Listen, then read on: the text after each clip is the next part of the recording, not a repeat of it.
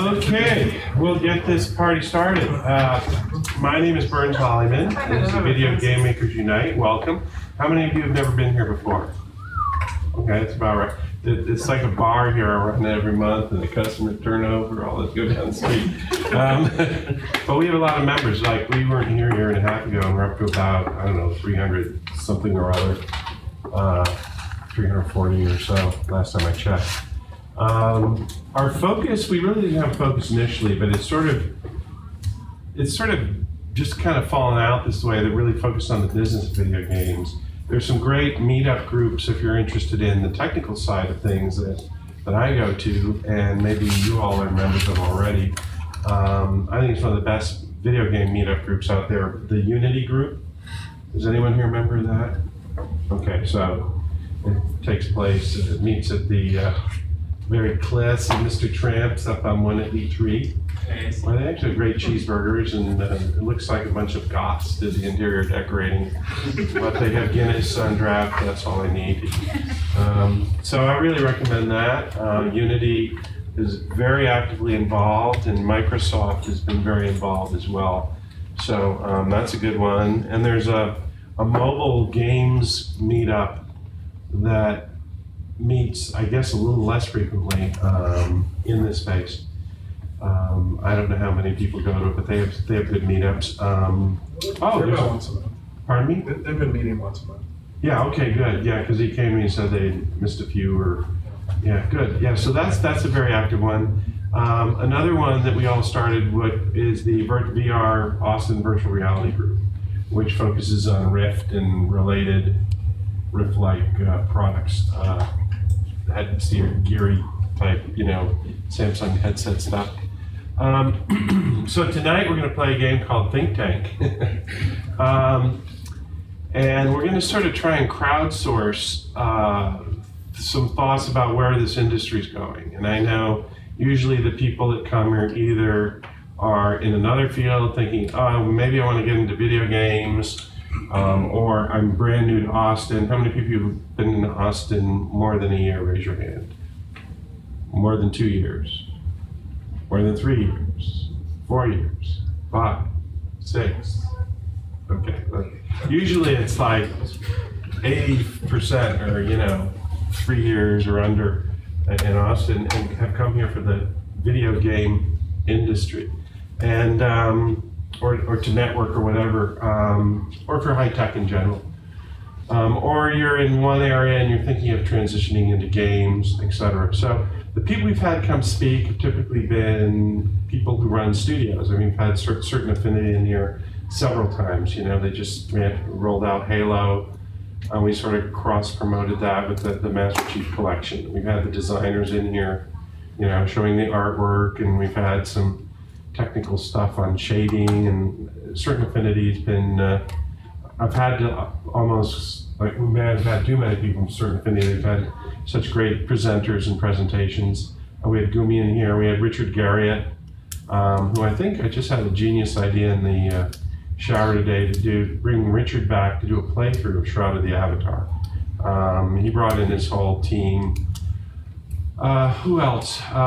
We've had, we've had a whole bunch of people. Anyway, you can scroll through the thing. Sorry? Star Citizen. Yeah, Star Citizen, Cloud Imperium. Chris Roberts' outfit. And so, we're looking, if there are other studios, we'd love to get them in here because that seems to generate the most interest with folks. Now, what we're going to do, we meet on the second Thursday of every month. And we're not going to meet next month because it's South by. Oh, yeah. It starts that night, and this is Capital Factory. Has anyone not been to Capital Factory before? Raise your hand. Okay, I'll explain it. At Capital Factory, Joshua Baer and his partner made a shitload of money doing something in high tech, and decided to, pay the world back by starting up an incubator for entrepreneurs in high tech. And that's what this whole floor is a beehive of startup companies over there. Anyone here, if you have a startup, can apply and get desk space. There's incredible networking. There's a whole panel of mentors from lawyers to marketeers to finance people venture capital types. You get a space here, and it's fabulous. I mean, it's a Taj Mahal. This is the place that when Obama did his Let's Get to Work America, We're Entrepreneurs tour a couple of years ago, he came here to make this a central point. So it's a fabulous place. They've been incredibly generous to us in terms of giving us a facility here. And I really urge you to check them out. We consider them, well, they're one of our sponsors. So we're sort of in line with that. I mean, everyone thinking, well, I've got a game inside me that has to get out, and I'm a maker, or I'm a maker within a large company where everybody's an asshole except me. Full range of human existence here, right? So this is a place where people can come connect. People have gotten real jobs out of this place, and the way it happens is pretty simple. You can post on our site, but the easier way to do it is usually I just ask you that people when I go around, there are people looking for stuff.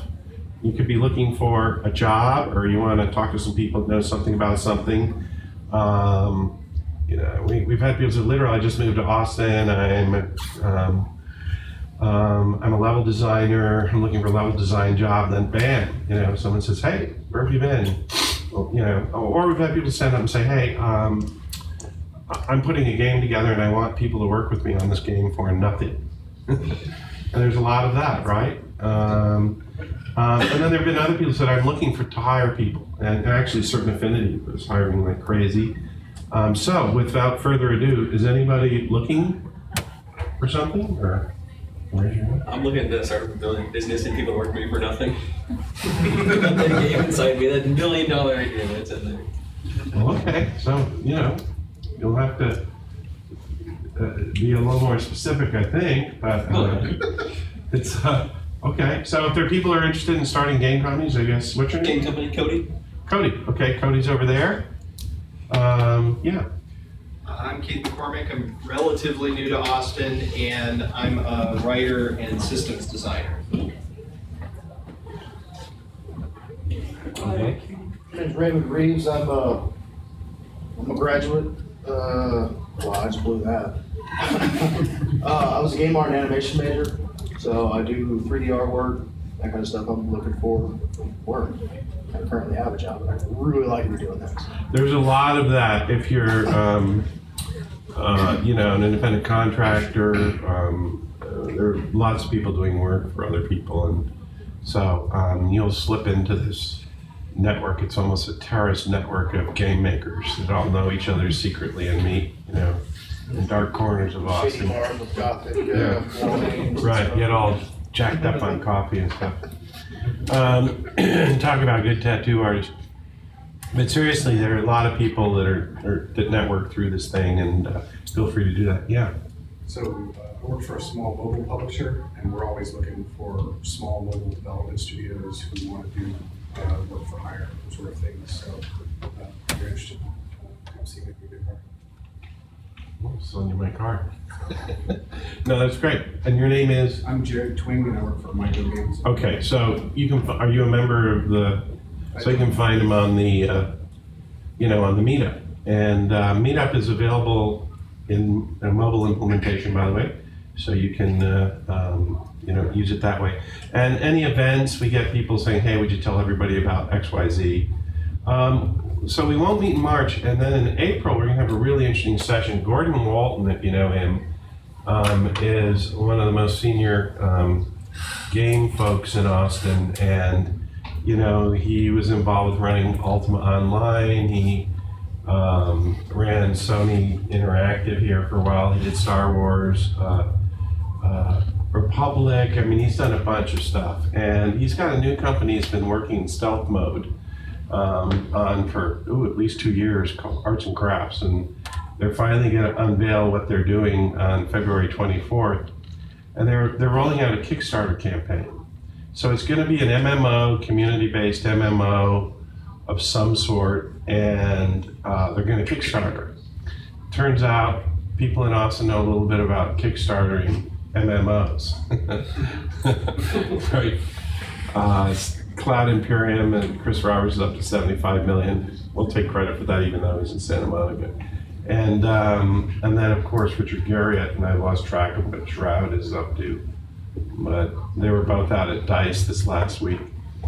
Come on in, there's plenty of seats, just sit anywhere. So what he's going to do is walk us through a real live, hey, I'm in the middle of Kickstarting. And Gordon once said to me, the one thing I know how to do is build community. So we're going to have him present in April when we get back on our schedule.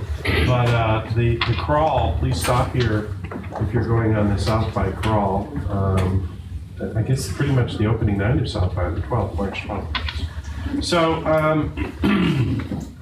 what we thought we'd do tonight, we do this sort of once a year, is look at the mega trends.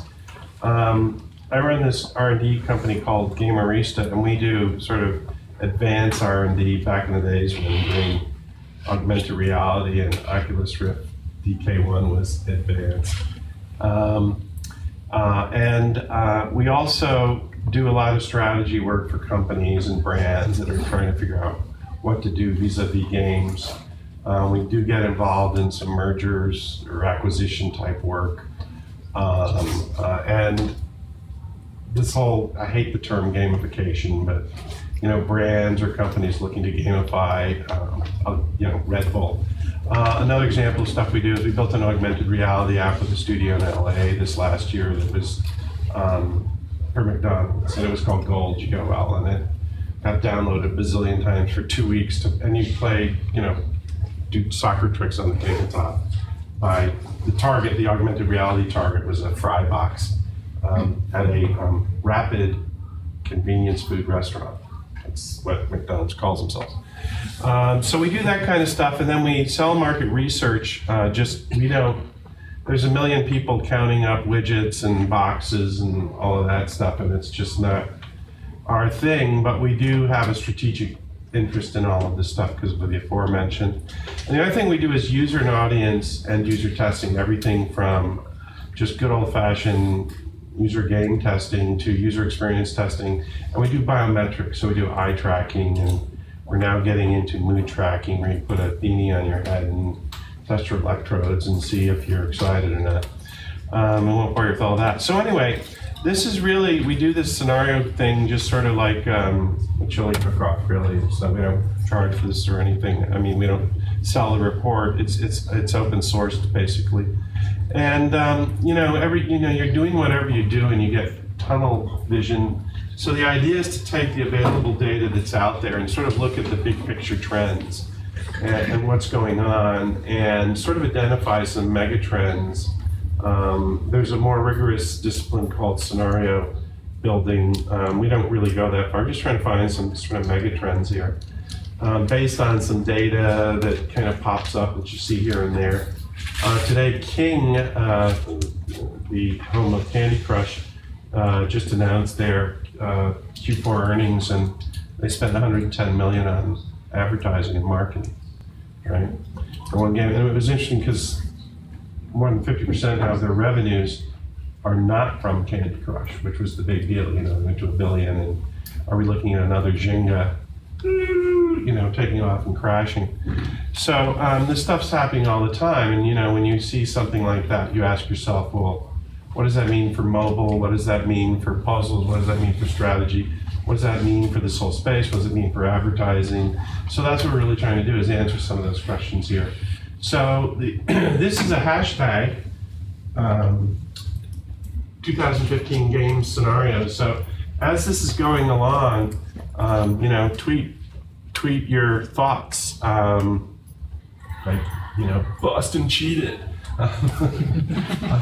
or whatever you want. But if you have a one-liner or something you think's a trend, or something that's important, an event or a question, just start tweeting it during the whole session. I'd hope, just have a live Twitter feed here of comments as they go along, or we can do this crazy old thing and use our voices and go, hey, here's what I think. Whoa, what would George Washington do? Yeah. Okay, so we have like a bunch of slides here, and we don't have to get through them or anything. There's basically sort of just, there's 6 sort of scenarios or 6 sort of themes that are loosely just a bunch of random stuff grouped under each one. And we can add, or we can go bullshit, or we can add to it, or, and it isn't like we're voting any slide, but it's just to get us talking, and we'll just work our way through this. Then the idea is that this, and by the way, if you go to at the gamerista, this is release 4.0, you can download it off of SlideShare. But the idea is that after tonight, we'll update this thing and then get it out to everybody. Who cares? It gets a lot of all of our stuff. For some reason, people seem to pay more attention to it than to a lot of the other stuff, because we've got some very detailed studies and things on the site. But anyhow, it is what it is. So, I got the clicker working here. Oh, that's everything I just told you about. If you need to reach me, you're going to have really fast reading capabilities.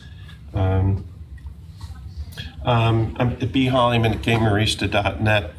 And if you want to visit, we're out at Austin Studios, which is where our office is, out at the Austin Film Society has this complex. Rooster Teeth is out there. In fact, I thought Rooster Teeth would actually be good to bring in here, even though they had a tragic death this last weekend. I don't know if you heard, one of their lead artists died from an allergy thing. Okay, so let's talk about how we view the game system, so we're on the same page, because this is a model, a high-level sort of model, if you will. Calling it a model sounds pretentious, actually, but it's a way to think about things, like when you talk about an Oculus Rift. So, for all these games, or all media in general, you got this context and this venue. Where am I? What am I doing? Where am I doing it? You've got the content, obviously. It's some kind of a game. You have the application, which is the game itself, but it can also involve compound applications. You have services like micropayments. And you have platforms they sit on. Everything from, on the platform. And then there's infrastructure that serves this stuff. So that's kind of important, because video couldn't be what it is today when YouTube worked herky jerky, right? So that services really had to be in place, and the infrastructure to make it work. Now, if you don't get cell voice service to work, we have a breakthrough. And then we look at all of this across all the different genres of games, from everything from good old AAA to indie stuff, mobile, casual, social, serious, massive, and serious includes simulation, ARGs, and industrial apps, good old-fashioned, the military calls them killer sims, There's a company in town that does a lot of that work. Immersive worlds, like good old-fashioned Second Life. There are about 350 immersive worlds out there. And then you've got this Grand Theft Auto 5, which is now starting to, the genre now is becoming open play, which is curiously close to immersive worlds, and then augmented and virtual reality. And apparently that little kid got an early release of the Microsoft HoloLens goggles. Somehow his dad must work at Microsoft. So that's sort of the overall deal, the way I think about all of this stuff. So we'll start with theme number 1, which is old wine, new bottles. We tend to talk about the new a lot, but a lot of stuff stays the same, right? So, gosh, anyone can make a game now. Well, yeah, that's true. It's a $100 billion industry. How do we know this? We don't. It's a bullshit number. But everybody says it's 80 million to 90, so I say 100. I'll raise you one. It depends on how you add up numbers. There are all sorts of variables here, like advertising in India, right? I mean, how do you quantify that? None of the analytic services do it very well. So there's a lot of stuff in there, advertising, technology, but that's a global number for the whole industry. It's not probably off by a whole lot, actually. So it's a huge industry, and it's paradoxical though. It's not like the oil industry where there are, 10 or 12 giant oil companies, and that's it. Or how many airlines we have left in this country? 2 or 3 or 4, and 2 telephone companies. It's a very strange industry in a lot of ways because it's not an industry. And we'll get into that later on in terms of the industry structure. But this year for 2015, what's happening is, as you know, new consoles are driving a big, huge chunk of this market, even though the console market is somewhat flat relative to other segments, which we'll get into a second. It's still chugging along, and we're getting into all sorts of question marks about what these consoles really are, right? And they really transmedia platforms. It's the entertainment center in the home. More and more, I mean, HBO is going to be available on this stuff, and bye-bye to the cable company, except then they'll charge you $300 for your internet hookup, even though you don't take the packages. So these consoles are driving the market in a really big way, and they're still fairly underpowered, you know, if you think about it relative to PC. I mean, hardcore gamers, $12,000 game rigs. I mean, is there anyone here from Portalarium? No? Finn usually shows up. Either he's one of kind of the founders of this group. He works at Portalarium. You will know him by the word awesome. I think he's got 20 words in vocabulary, and awesome gets used the most. But he's a genius if you get to know him, and I would recommend that you all try and meet Finn, because he knows everyone and everything. He's like, yeah, I was talking to Palmer Lucky the other day. I mean, just like the mayor of the game world. And he's, you know, that whole world that they're serving are, you know, PC game, Ultima, kind of old school Ultima guys. I mean, I sort of imagine that Portalarium's real customer base for Shroud of the Avatar are these 50, 60-year-old men mostly who are stockbrokers, you know, in places like Westchester, New York, and I see them in these cherry-paneled man caves with these $10,000 high-powered PCs because these are so inadequate. There have been a lot of issues around these platforms, as you know. Take Assassin's Creed Unity. Does anyone remember the big tiff that was going on this year? It was going to be released on the everyone thought on the PS4, Sony, at full HD 1080, and then they had to pull back because Xbox said they could only do 780, and then Assassin's Creed said, well, the guys that built Assassin's Creed said, well, we're going to only offer it in 780 on both platforms. And they go, well, you're just doing this because you don't want to piss off Microsoft. They said, oh no, we have so many poly counts, we can't possibly model them that quickly, right? Now I run that on a Unity on a PC, right? So these are not extremely powerful, and they're turning into that everything in the living room things. How many of you have a PS4 or an Xbox One? Okay. And what do you use it for typically? Just gaming or other stuff, or Netflix? I haven't turned it on it once. You haven't turned it on? No, the games I've been playing have been on the PC because I have a gaming PC as well. And I bought the PS4 because I wanted to get a console on launch day. I was excited about it, and I have Infamous and Assassin's Creed 4 for it, but that's it.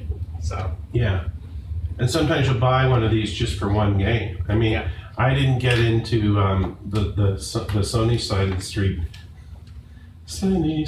street, until Flower came out. That made me buy one. I bought one of them just so I could see Flower, play Flower, experience it.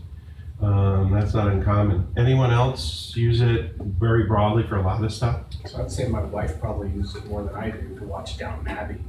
Yeah. I've put a lot of hours onto a lot of games, but I happen to be hooked back on League of Legends right now, so I'm spending all my time on my PC, and she's using the PS4, and my son is more for video streaming than anything else. Mm-hmm. Yeah, and video streaming is the big killer app here. In fact, I had Netflix on it, and they piloted this user interface, intelligent user interface like Siri, on PlayStation. Netflix did it on PlayStation only, and it was great. I forget what the guy's name was, but so what kind of a mood you in? Ask Max. Ask Max. Has anyone tried Ask Max? Yeah, I mean, it's pretty great. I mean, it's sort of like, what kind of a mood are you in? Which is, you know, kind of a good way to start. And then they give you some choices and, you know, it's not perfect, but it would seem more, I can't do that now, Dave, you know. So they're just driving the market, and these things have long tails, you know, 7 years of before something else comes along. But the problem is that these processors, these are actually pretty slow machines, you know. I mean, they really are. And I mean, just to keep things in perspective, so if I had a Note 4, which I do, I just don't have it out, but so it's a 6 Plus, but these are about, last time I did this, it's about 120, 130 megaflops of computing power. Megaflop is another bullshit number, but we'll use it. These are about 200-300 megaflops, you know, and it used to be a supercomputer was around 400 megaflops or something like that. Hitachi's like 15 years ago. So they're powerful, but they're kind of becoming this all-purpose check knife thing. Does anyone else use them more broadly for, it's everything I do, I don't use anything else. I mean, leaving aside the PC. No. So, of those of you, raise your hands again that have one or the other. Okay, if you use them for one thing only mostly, raise your hand. Okay, what are the one things you use them mostly for? Games? Game. That's so freaky. They're called game machines. Why would you ever do that? The same games. Yeah. Yeah. Okay. And do you use them for more than one game, 2 games, 3 games, or? Yeah. Yeah. Okay. And you play through, let's say, 40, 60 hours and then go get another game? Or do you just keep coming back to them? Depends on the game. Okay. Anyone here use them for more than one thing, more than gaming? Besides Downton Abbey? Yeah. I use it for everything. I have an Xbox One and a PS4. The PS4 actually makes me mad because I have to change the input on the TV.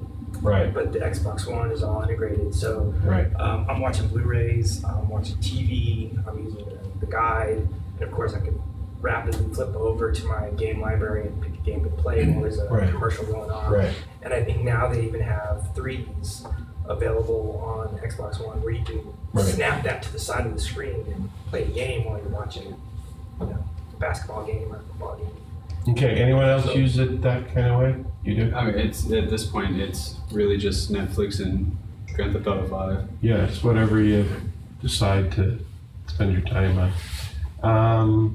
Yeah, I mean, I tend to use it the way you do it as well. Yeah, and I use it for Netflix and Hulu and Yeah. all the streaming as well. It's So someone could just get the interface down. I think it was Digital Hollywood a couple of months ago, or was it in October maybe? The CIO of Sony was on a panel. He was talking about the grid, and you know, Sony's making notable strides in that area, as are other bunch of players. Now you also have our friend the Wii here, Wii U. I didn't even recognize you, Tim, with your hat on. But you're a self-confessed Wii addict, a DS2. I mean, what am I trying to say? Nintendo DS. Whatever it's called. User, now. yeah. So, in 6 months. what do you think about this notion of the device, the tablet-y kind of thing that interfaces to the console? Going to take off or just stay separate things, like don't mess with my unit? I don't know if you're going to see Sony or Microsoft try to come out with their own, like they did with motion controls. I don't think it's caught on quite that much, but I think Nintendo's put some interesting uses to it. Yeah, Vita, I guess, would be Sony's answer to that. And They tried to integrate it in some things, but it just didn't work out well. I kind of think like the PlayStation Now and I guess the Windows 10 Xbox streaming stuff is sort of Sony's and Microsoft's answer to that. Ways to play your games on devices that aren't hooked up to your TV. So.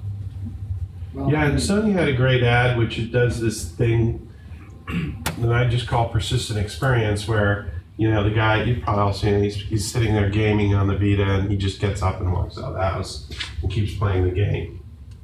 And I would say, put it down and play the game of life. But that notion that everywhere on all platforms is sort of one of the big things that's starting to emerge. And Sony's really got, I think, a more ample vision around what that looks like. The CEO of Sony now, the president, is ran the game division. Kaz. So you got these consoles. It's like Back to the Future. All of a sudden they, they showed up again. We were starting to forget about them because of these things. And then, after you do Infinity Blade, you just want to you didn't really do much here.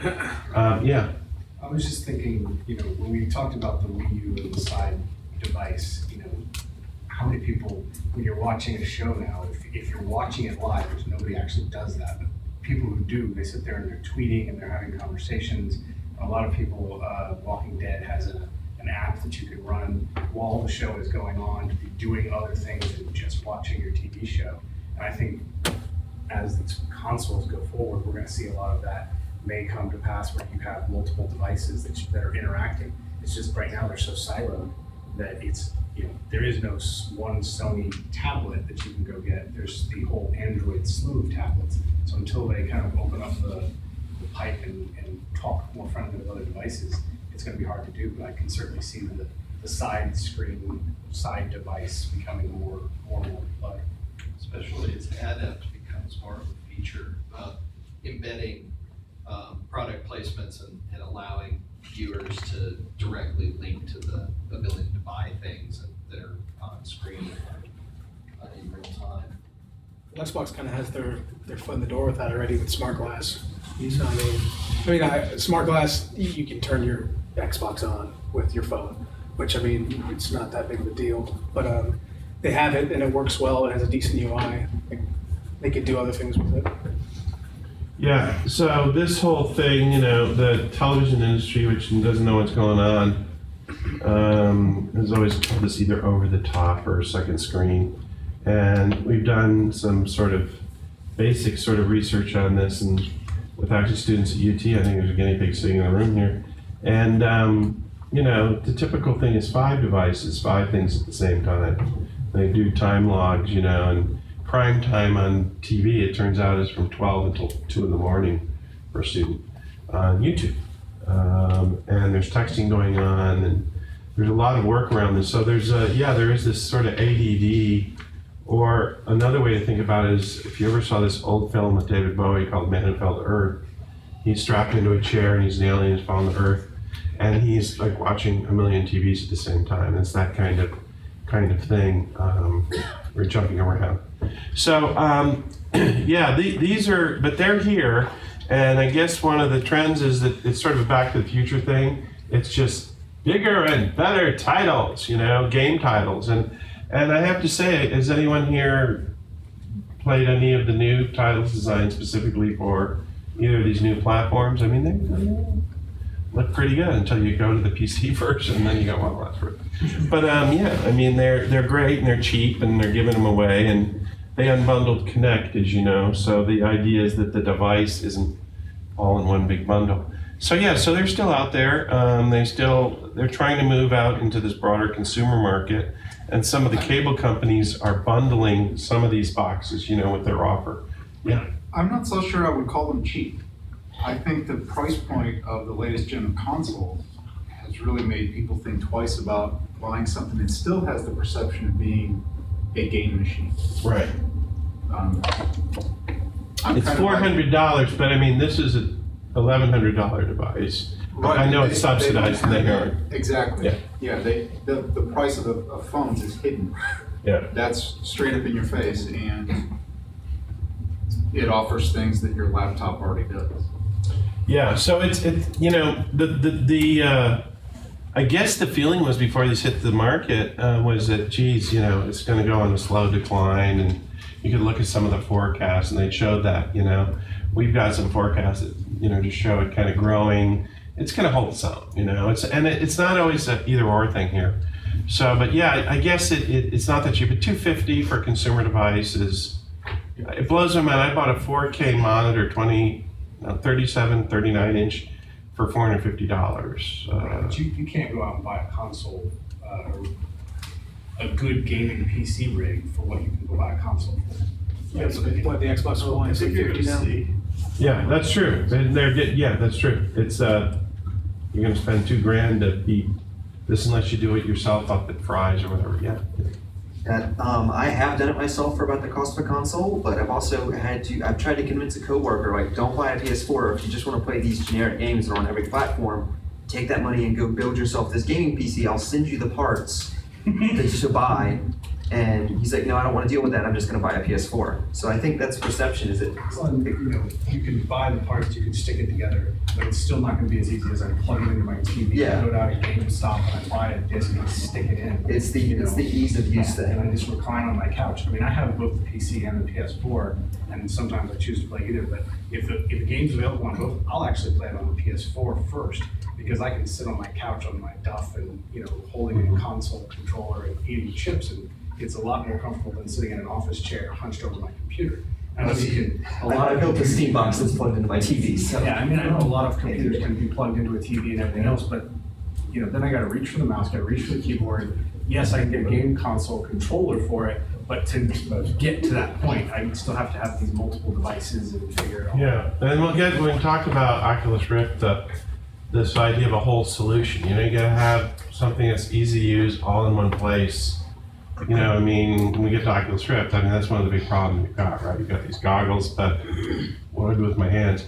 There's also, the psychology of product design, as opposed to, the PC, right, ugly looking, and this is, yeah, it's going to be a niche provider. I'm into motorcycles, and I could, I suppose, build my own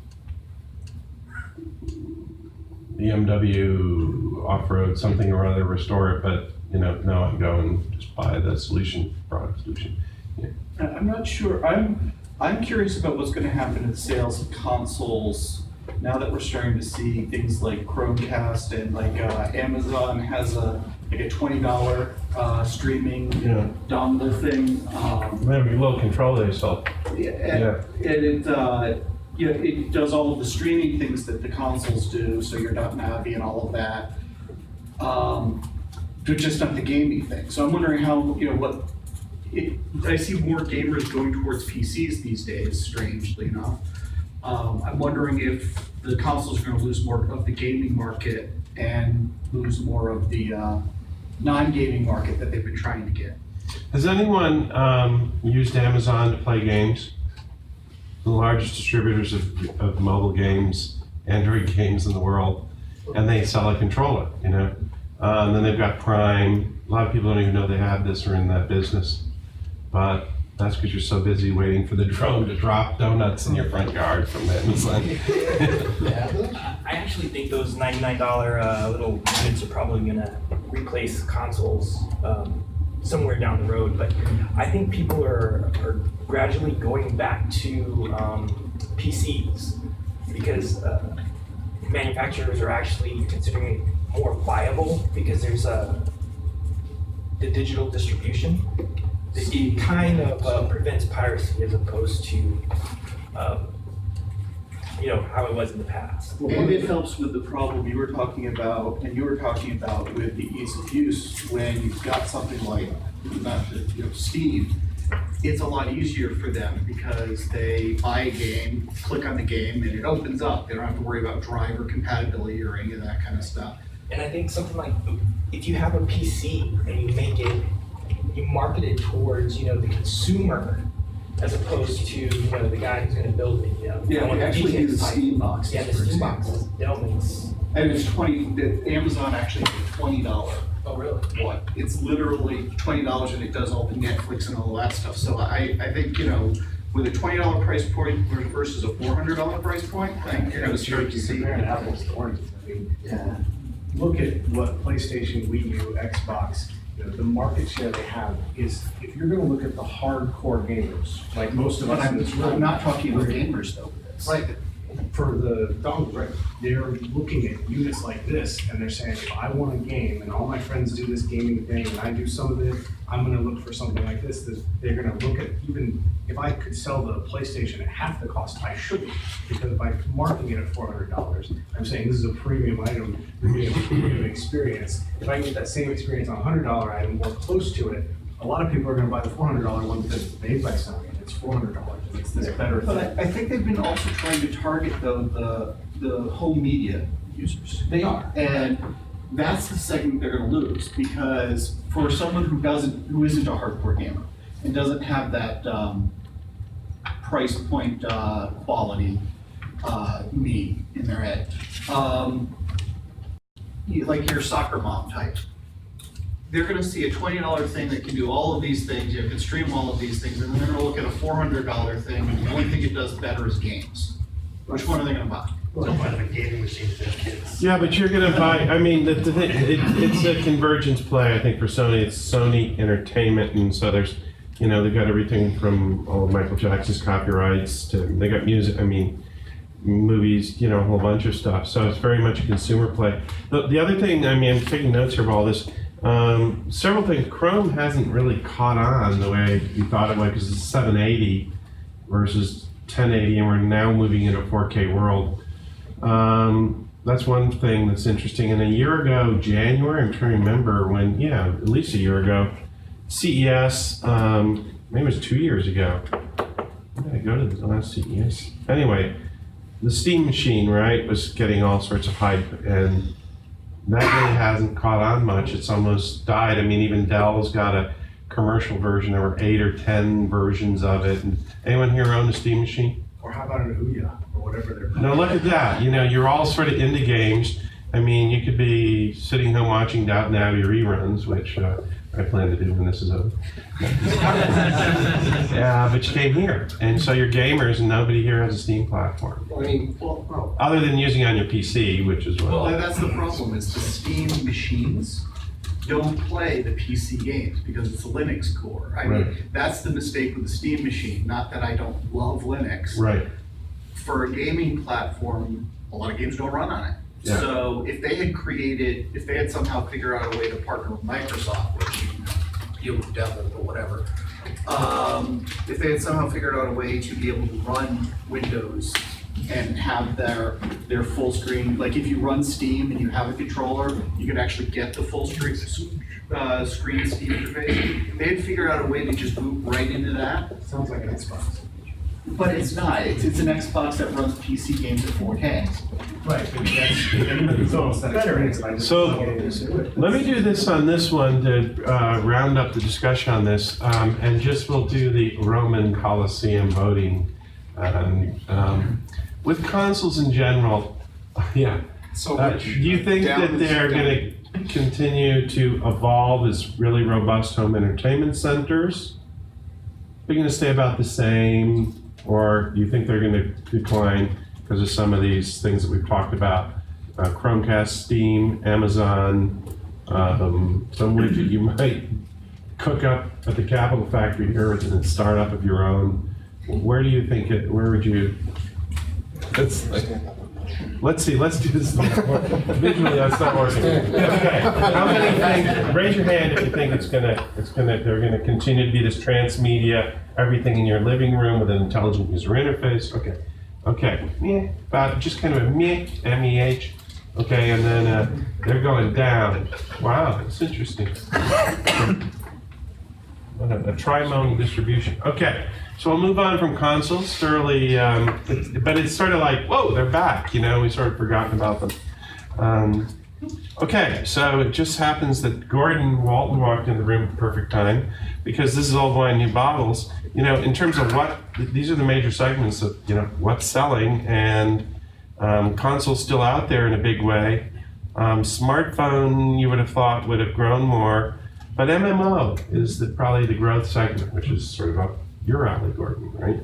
So MMO is probably the most robust area of, you know, the game industry in terms of growth. I mean, it's showing really interesting growth for a variety of very complex reasons, which include Steam, which include streaming, which include a whole bunch of other things. And I said that you'd be in at our next session. We're not going to do it in March because of South by, it's going to be in here. But, you know, sort of a startup, Kickstarter thing, you'll be able to tell us what your company is and not have to kill us because you'll be out of your stealth mode. So, any comments about MMOs, Gordon, since you're probably the biggest guru in Austin on this? I don't know about that, but I think the thing that makes MMOs work is people understand the value proposition. Customers understand it, so they're willing to give money for that entertainment. It becomes probably their primary entertainment channel. So if you thought of MMOs, MMOs are bigger than cable channel TV. That's not about that, right? So, but they're essentially the same thing. It's entertainment. It's an entertainment channel that you're buying. Typically, either for a flat fee or, nowadays a lot more free to play, and then spending money for whatever. So I think that MMOs took their market share out of PC mostly, right? That's their platform. Right. PC market alone would be much bigger without them.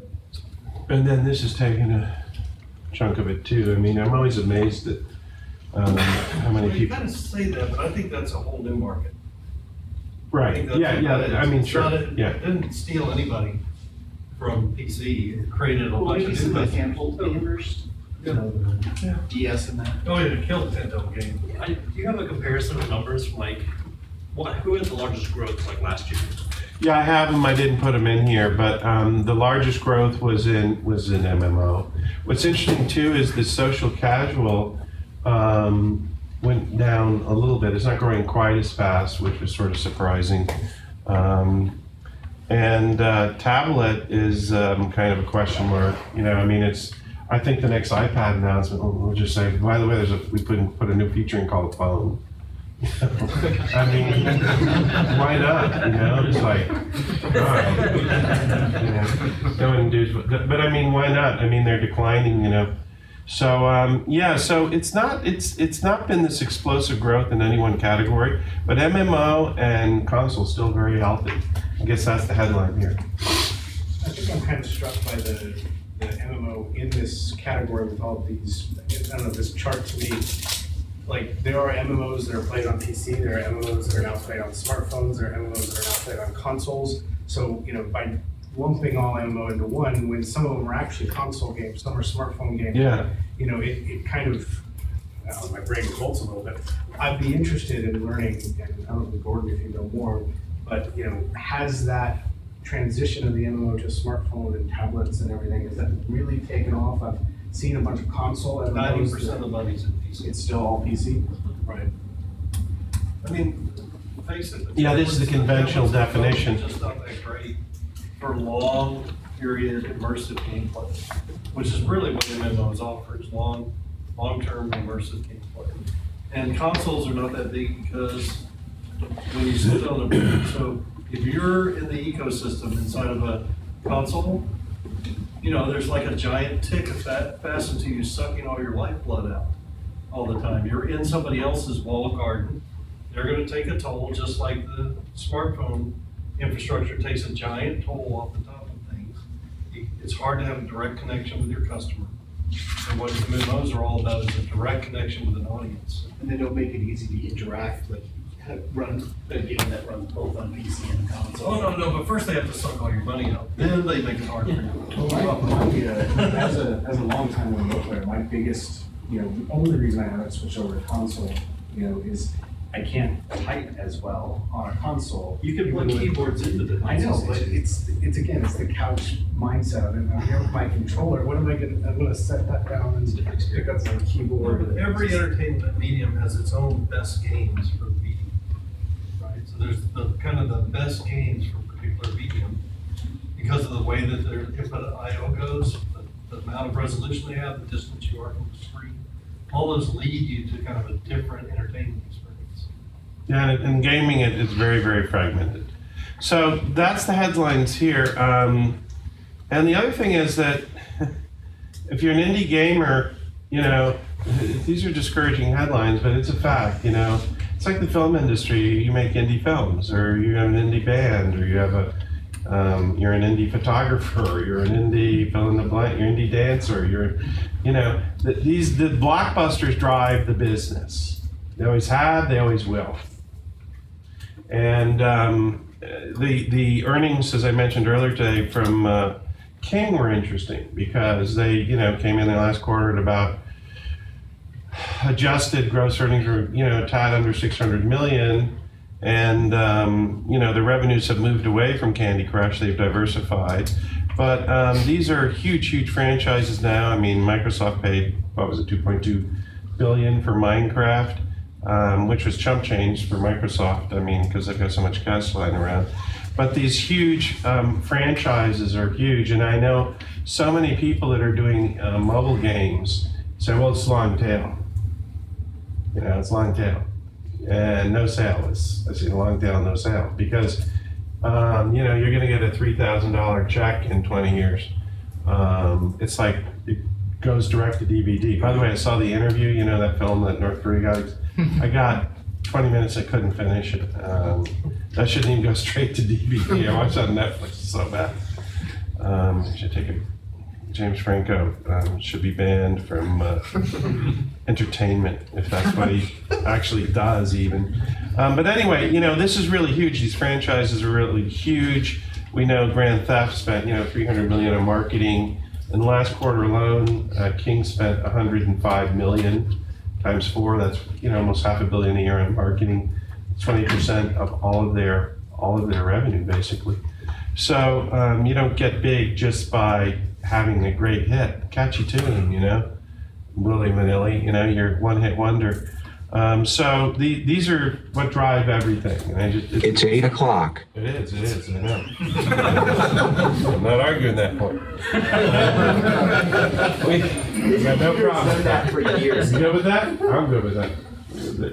By the way, at 9 o'clock, we have to be totally out of here because that's our deal with Capital Factory.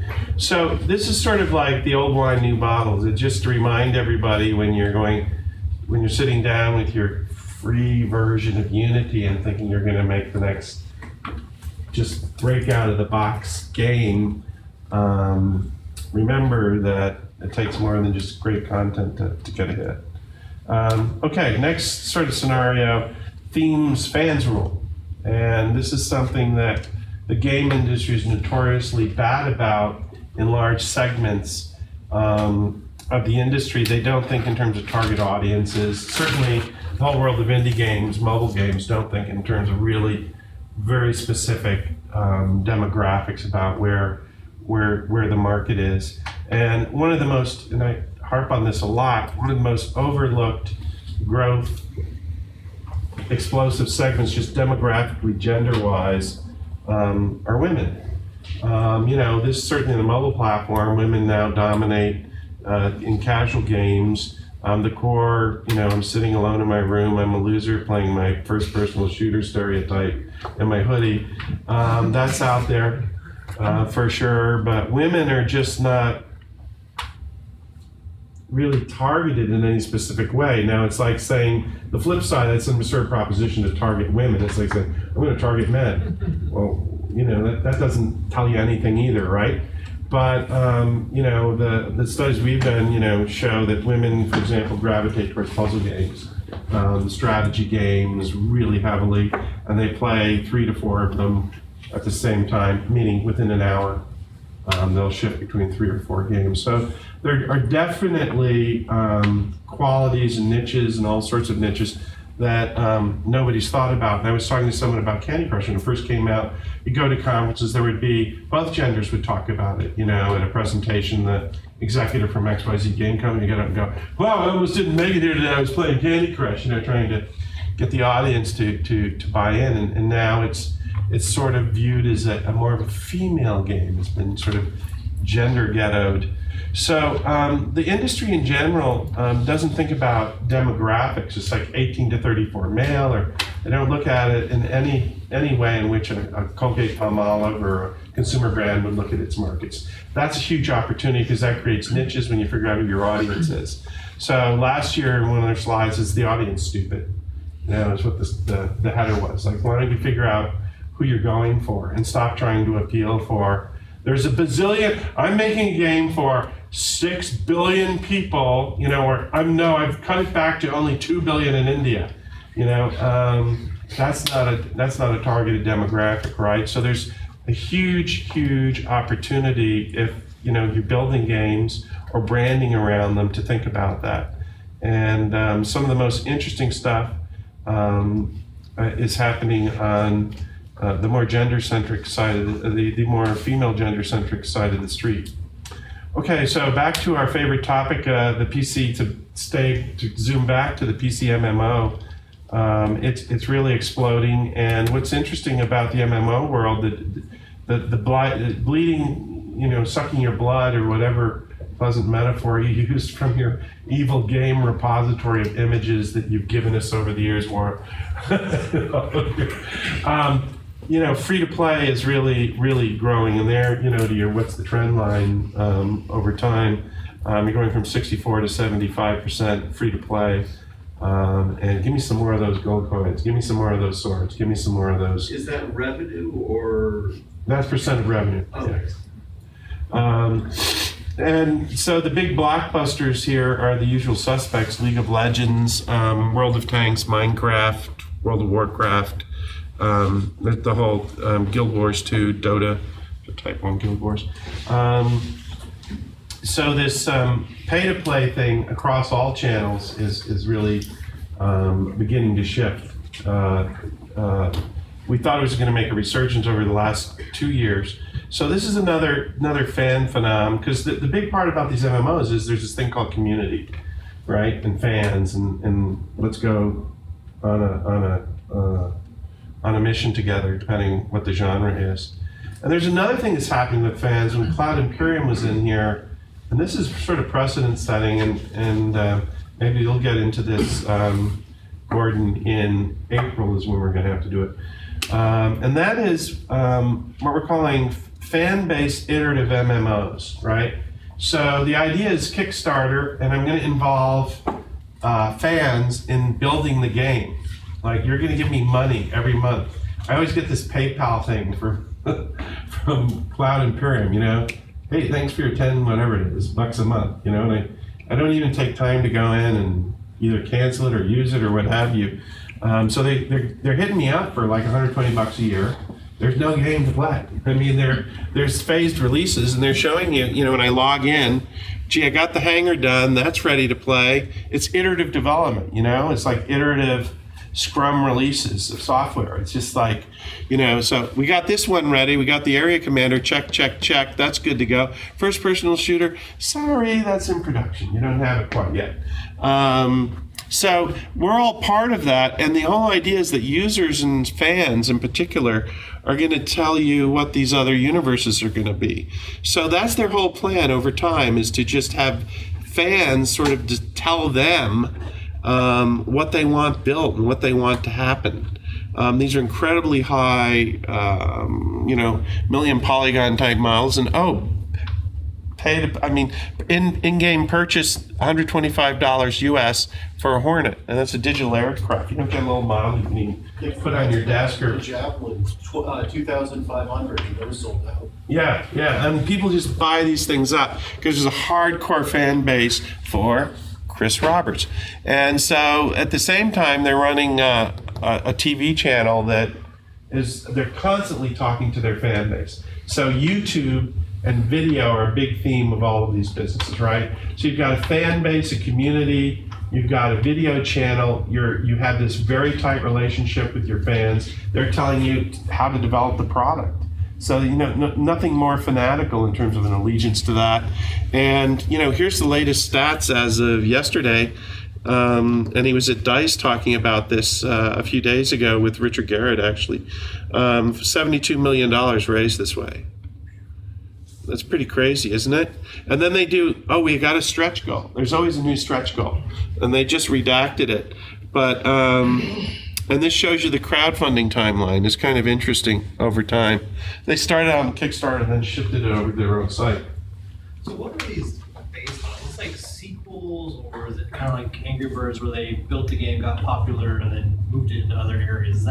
How is this community being built in the beginning? Or is it just people following, the designers and whatnot? Word of mouth.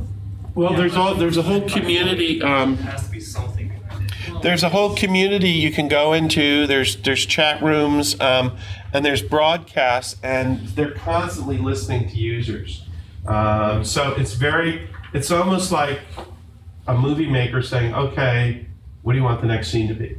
I'll go film it, right? Which is really different from Angry Birds. It's sort of like Angry Birds, Star Wars, Angry Birds, XYZ, you know? Have any of these shown up that weren't behind some big designer who had hits in the 90s or the 80s? That's an excellent point. Richard Garriott, Shroud the Avatar, has the old Ultima folks, and again, Gordon, he ran the business, so any comments on that? I mean, these are generally driven around the great person, the great man in these two cases of this and Shroud. Well, two check marks, right? One is, do you believe the people that are doing it are credible? And the nostalgia thing gets you that. The other part of the nostalgia thing is that an experience that I can't really buy today? You know, are you making something that the big publishers say it's too small for us to screw around with? And the people who are doing it are not doing it well enough to where you want to buy whatever they do. And, you know, the belief is they risk it, you know, Wing Commander writ large 20 years later, right? So that's, and there were a bunch of people who played the game and enjoyed it. There's other people who have watch their parents play it, and think, oh, you know, this must be great because my parents, you know, parked me in front of the TV while I played this or whatever. So you see this nostalgia thing working out for most of the, and we're not really being fair because we're talking about the big, highest profile games. But there's thousands of games being successfully kickstarted on Kickstarter, right? But all our focus is on the ones that do either the big dollars or have a big name because they get the press. Right. Yeah. It's a great platform for anybody who actually has something that they're passionate about. Right. And that you can find an audience for. And he's going for very high end. This high end. I mean, this isn't. He's using Crytek and rendering in real time. And if you haven't seen the graphics, strikingly, get the most powerful machine you can find and the biggest, most high-res screen you can find, and go check it out. It's really pretty striking. In fact, they're using that engine to make the new Star Wars movie. So this is just strikingly amazing stuff that they're doing. But there's a deeper lesson here for other people. So one of the things we've been involved with is just doing good old-fashioned racing games. Their fan base is around anything.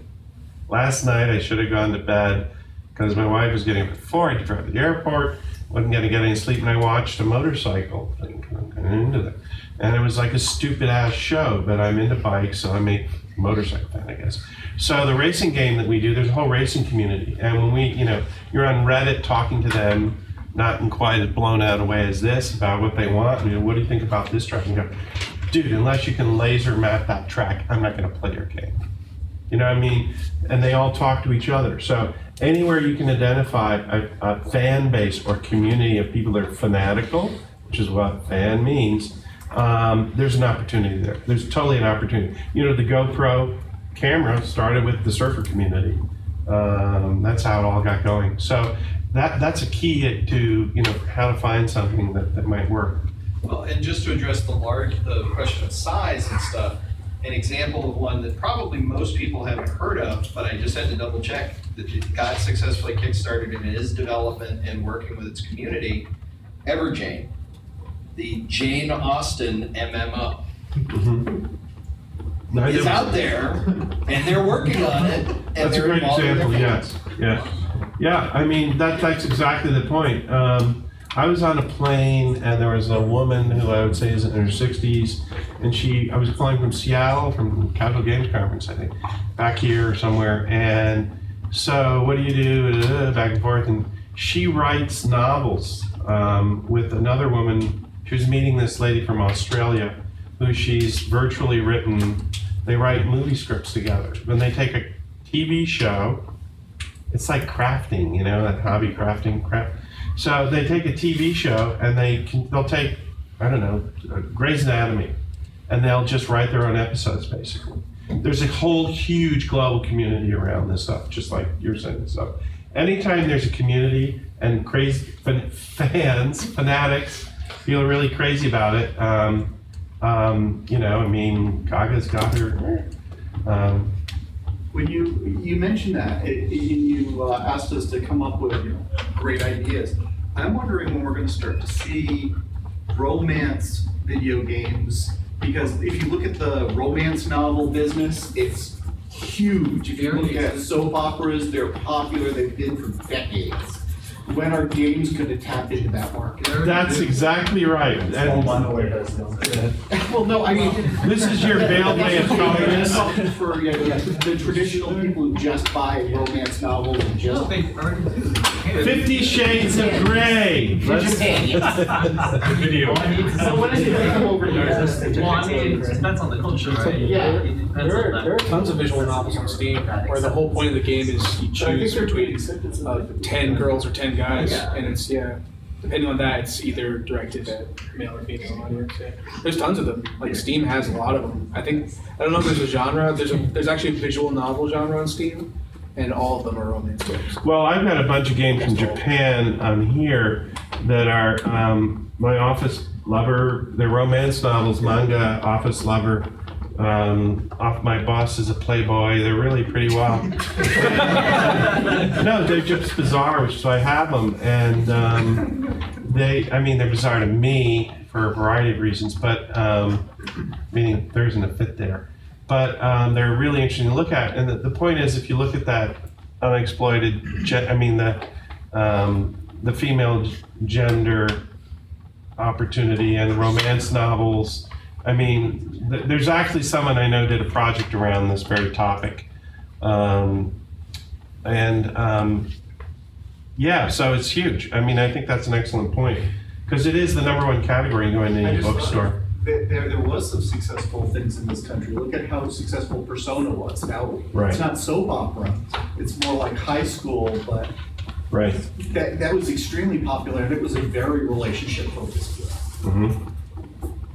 Yeah, so the mega trend is there's an opportunity there, but there's not much going on other than these Steam visual novels. Steam opportunities. So this is the thing that's so discouraging. Yeah. Actually, I wanted to add on to that it runs a little. I think it runs a little bit deeper than just like when we say fans or the fanatical, but it's more actually runs deeper down to the cultural level. I think as soon as you have a designer or a team or a studio who can really understand what a culture needs or wants or really like gets into, then when you create that game, that cultural area regionally is going to love it. But if it's a good game as well, it's going to be accepted abroad as well, because humans by nature are accepting of other cultures when we start to really become interested in it. So I think really it's not so much thinking about are we making it for the fans per se? It's more thinking about, okay, what is the group of people like that they are passionate about? What do they embody? And when I create that game, to think about that, I guess, to focus on that. And I think that's it's the audience, it's your target audience, but there's the reason that I use the word fans here is to get at the fanatical. Right. We all have these things that we can get fanatical about. It can be a performer, it can be a movie, it can be, But I think it's based on the places you live, right? You're influenced by the cultural surroundings, because people in Japan are fanatical about certain things. Oh yeah, totally. And that's why a lot of games you see that are very different from ours, because well, if you look at all the Nintendo stuff that everybody's grown up on, that's a classic case of something that's culturally specific that sort of jumped over. So yeah, totally true. But the thing that's always interesting in Steam is where I spend most of my time these days for no good reason.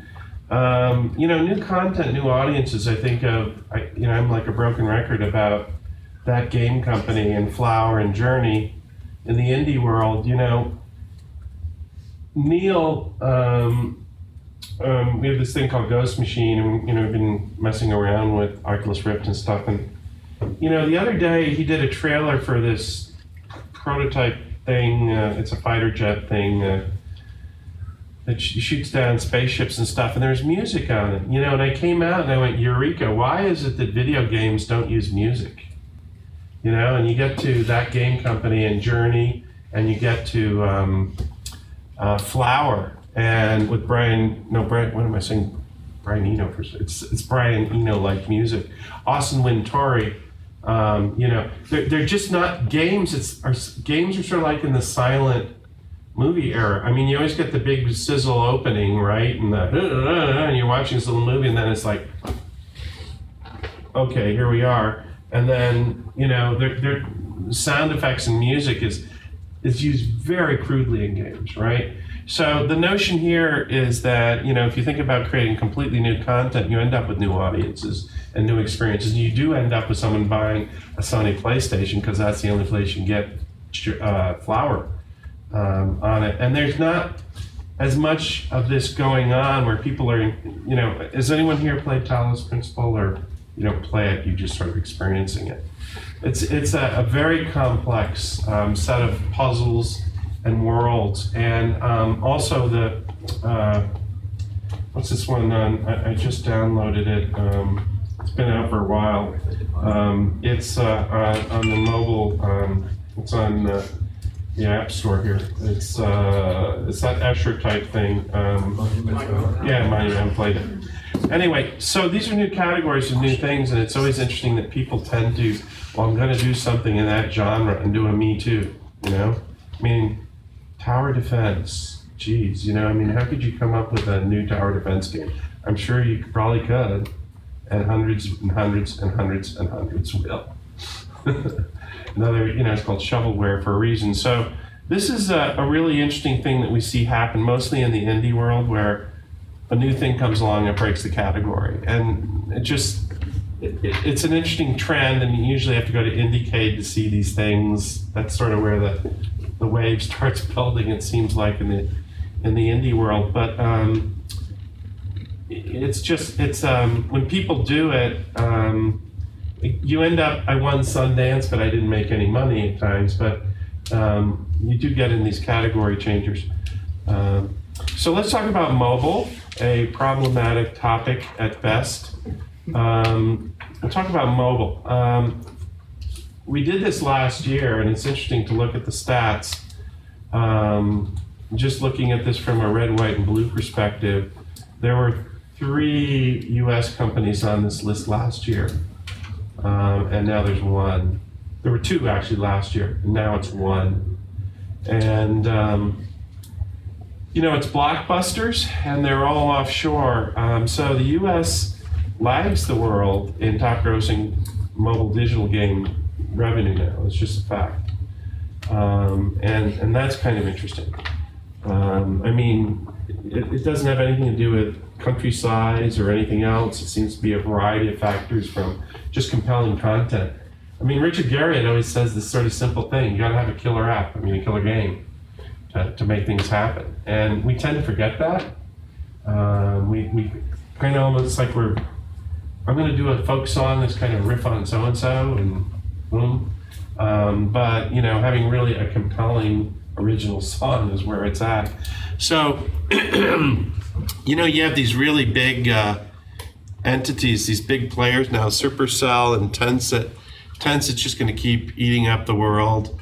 And yet you've got a Finland out there, Clash of Clans, that advertised on the Super Bowl, which, I count when it ads, I got 1 chimpanzee, 2 chimpanzees, how many seconds is it on? And then I calculate, I think that ad cost them $4 million just to run. Actually, shooting it didn't cost them any money. That's what everybody here does for a trailer.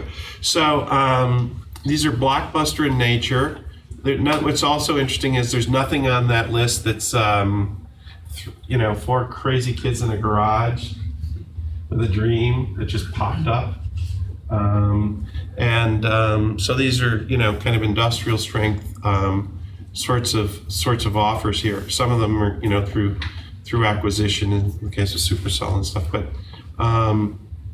it's a global game, and the U.S. Americans sometimes like to arrogantly say, well, we're creative, that's our competitive edge. I don't think so. The world has that edge, and it's very evenly distributed. Now, here are the statistical odds of having a mobile hit. So if you've got your free download of Unity and are telling your friends you're going to be a billionaire driving a Porsche out of Grand Theft Auto 5, think again. These are truly the odds. And when you think about, in 2004 we did this. In 2014, it was, there were 250 of them out there. And now there's 319,000 of them out there. Leaving aside the discovery issues, leaving aside, I forget what the number is of the number of games that are even downloaded, the average revenue is, and so forth. And we hear about the very few success stories, and there are a few, but it's, again, the blockbuster Pareto model, so if you're contemplating a mobile startup and trying to, just be clear about what your objectives are, is all I would say. This is getting to be what I call the Hemingway in Paris syndrome, right? Hemingway goes to Paris in the 20s to be a writer. What an original concept. There was a bazillion writers in Paris. Now, who do we remember? Oh yeah, Fitzgerald, Hemingway, Gertrude Stein, Guillaume Apollinaire, no. It's not a long list, right?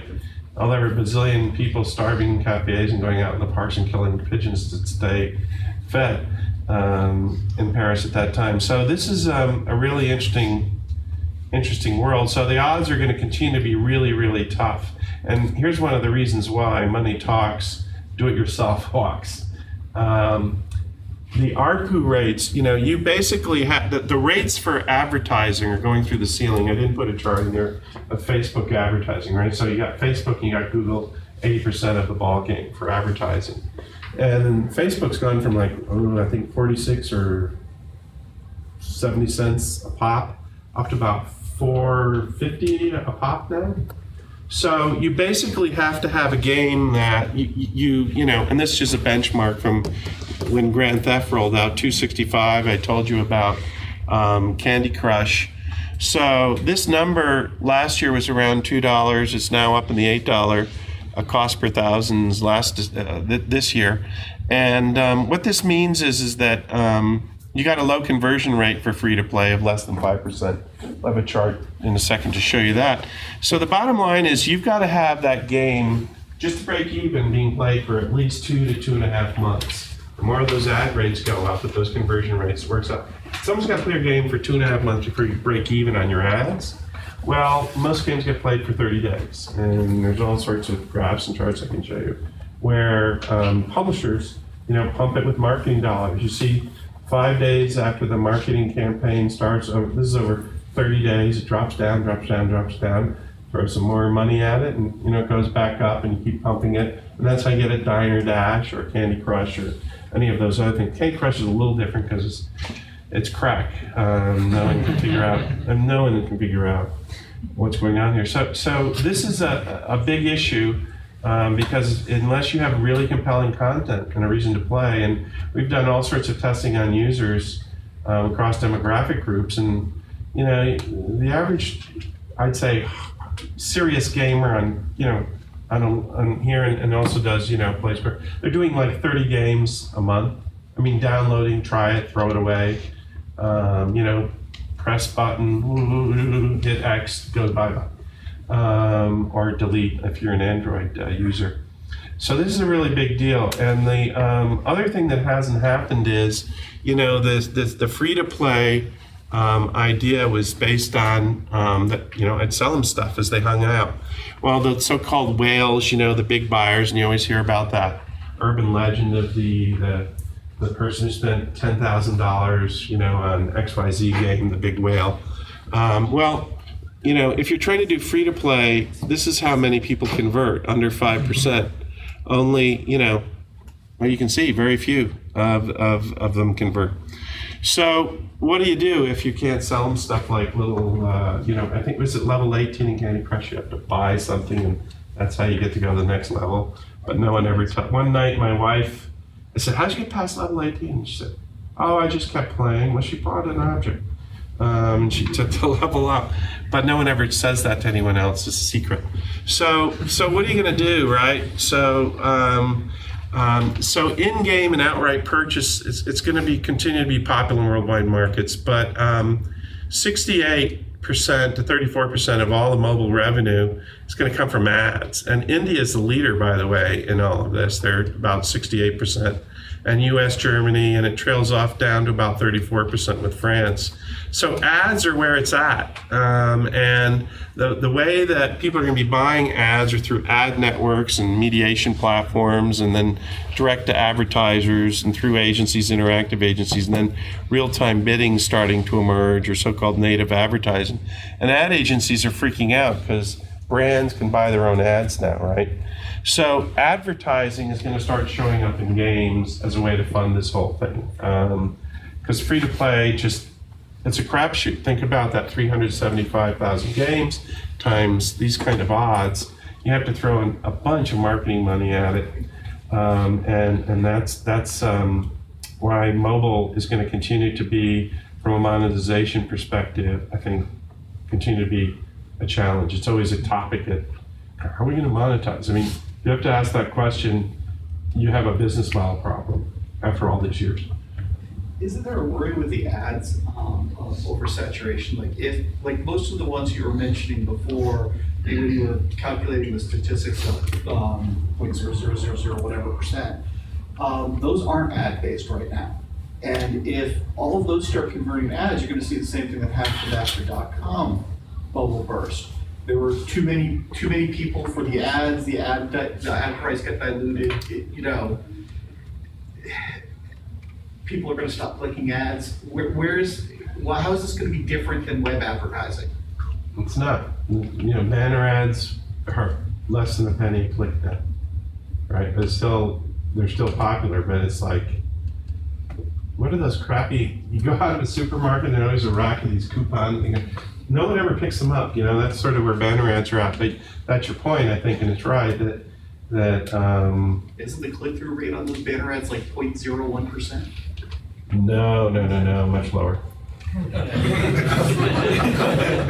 Yeah, it really is. No, I mean, well, direct, it's, even if you use Google Ad, I mean, let's take AdMob, which Google owns. It's very sophisticated. You can program an ad.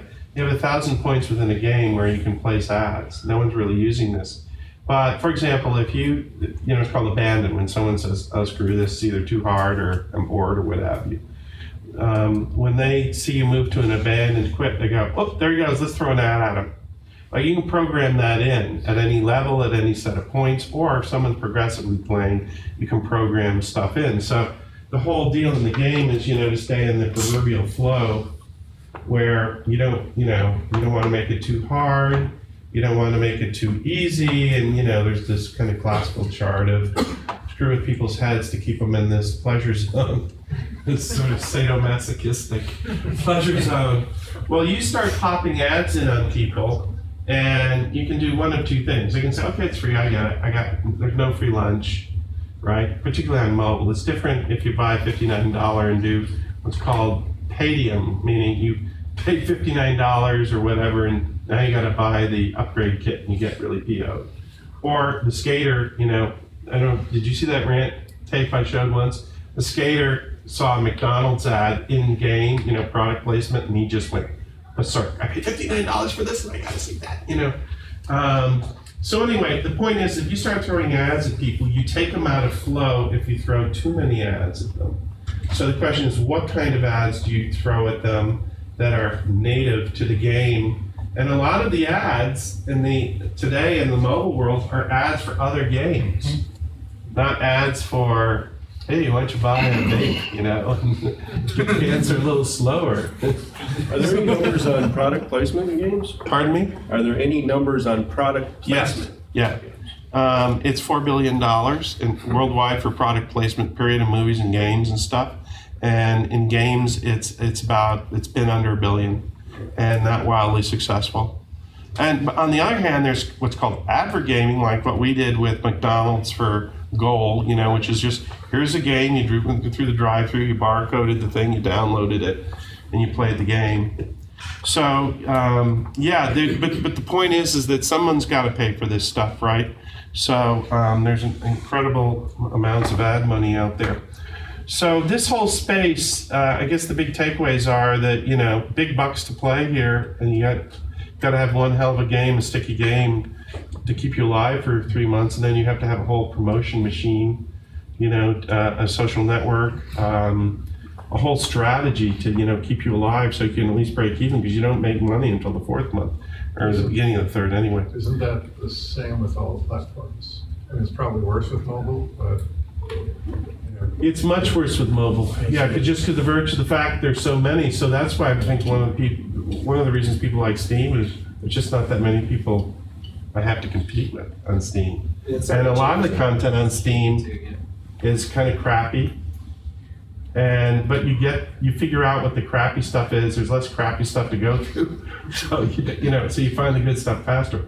The crazy way to put it, but it's sort of, on the other hand, you can find the Talos principle there, So much easier to put up another crappy scanner box up on a mobile platform, and everyone's doing it to try and make money, so it's hard to get. Yeah, and I mean, we all know, or certainly I know, a lot of people that have done 20 mobile games that have barely been downloaded. They spent several years, and startup money, and and they are kind of Me Too games.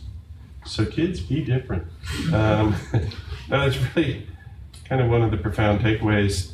Okay, this other big theme that's really huge ties back to traffic and promotion and to Star Imperium and to mobile is video. And this is really now writ large. I think everybody across all industry broadcast executives now how to say YouTube. I mean, they finally squeezed it out. They can say the word. But this is video voyeurism, and it showed up, meaning I like watching people playing games. South Park's starting to riff on it, it's gotten big enough. Yeah, that's right. And South Park's got it. It's so this is Newzoo. By the way, check them out. They've got great research. But this is kind of interesting. Same old blockbusters with a bunch of viewers. So typically having video, and I know even if you're an indie, you've got to curate your YouTube channel. This is important as anything else. Why was Katy Perry at the Super Bowl? Because she blew away Taylor Swift on YouTube in terms of hits. I think she's up to 4 billion. Some guy from Sweden that has like 16 billion hits on YouTube. So this video thing is getting integrated into the game itself. So that's and this isn't just their channel, but videos about and they're all user-generated content, right? It's fans making these things. So that's really maybe an indication of YouTube more than anything else, but they're huge. I mean, look at Minecraft. 40% of the top 20 41% were generated by Minecraft. So it's really kind of powerful. And then we get to this next thing that's part of this whole video phenomenon, which our friends at Amazon paid close to $1 billion for, which is Twitch, right? And watching people play games. Do people watch Twitch here? Okay, there you go. Yeah, so, and this is sort of a map that Twitch has of what the games, the overlap, it's a visual chart, it's a big data chart of, the frequency would indicate, there's a variety of different games, but League of Legends here, right? And it shows its relationship to Warcraft, and there's lines going in back and forth. And it's kind of an interesting visual chart and pretty colors, but it's just huge amount of traffic, and it ties back to the marketing, and these guys have their own game studios, so they're going to be an interesting person. That's a mega trend that we didn't kind of put in here. And the other part is this whole esport thing. Has anyone gone to one of these 12,000 League of Legends Adolf Hitler rallies? Yeah, you have. So, okay, yeah. So like, this is like huge. I mean, we're talking about on the esports stuff, both in the arena but on Twitch, 5.5 billion viewer hours. It's a lot of hours. And they're looking at probably those 10 to 20 titles that we talked about, and it's typically the large MMOs, right? The streaming stuff, and sharing experience. I mean, the idea I haven't seen Joel Osteen in Houston. I don't know if it's on my bucket list, but there's like, I don't know how many thousands of people go to hear him every Sunday in Houston, the arena, and nor have I gone to an esports arena with 12,000 people in it. But that is on my bucket list. So this whole tie-in of video, it's a transmedia world, right? The video, the fan base, the community, the very focused niche, all of those ingredients are really what creating a franchise, a very successful game franchise, is going to be about. Yeah. Do you know if the of Twitch and YouTube, do they contribute to higher game sales, or do they take away? Because I know a lot of people will watch something and they'll be like, "Oh, I don't want that game," because before you could just you would buy a game based off hype alone or loyalty. Now you can watch it on YouTube or Twitch and determine if you want it or not. Yeah. Do you know if there's like I haven't seen any statistics, but my hypothesis would be there'd be a much higher sell through. Yeah.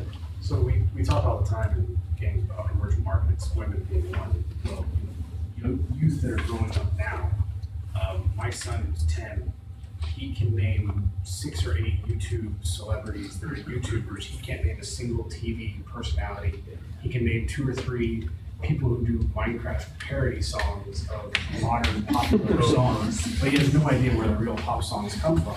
So, and his whole class is all like that. They all, this YouTuber, that YouTuber, and they just have no interest in TV. They would much rather get all of their entertainment through YouTube. Yeah, and it's a mashup too. So the typical viewing patterns around a YouTube, it's like a teenager, someone even in college, it's 2.5 hours, just random surfing. I mean, I do it. I don't know, but it's crazy, the stuff. I mean, there's categories.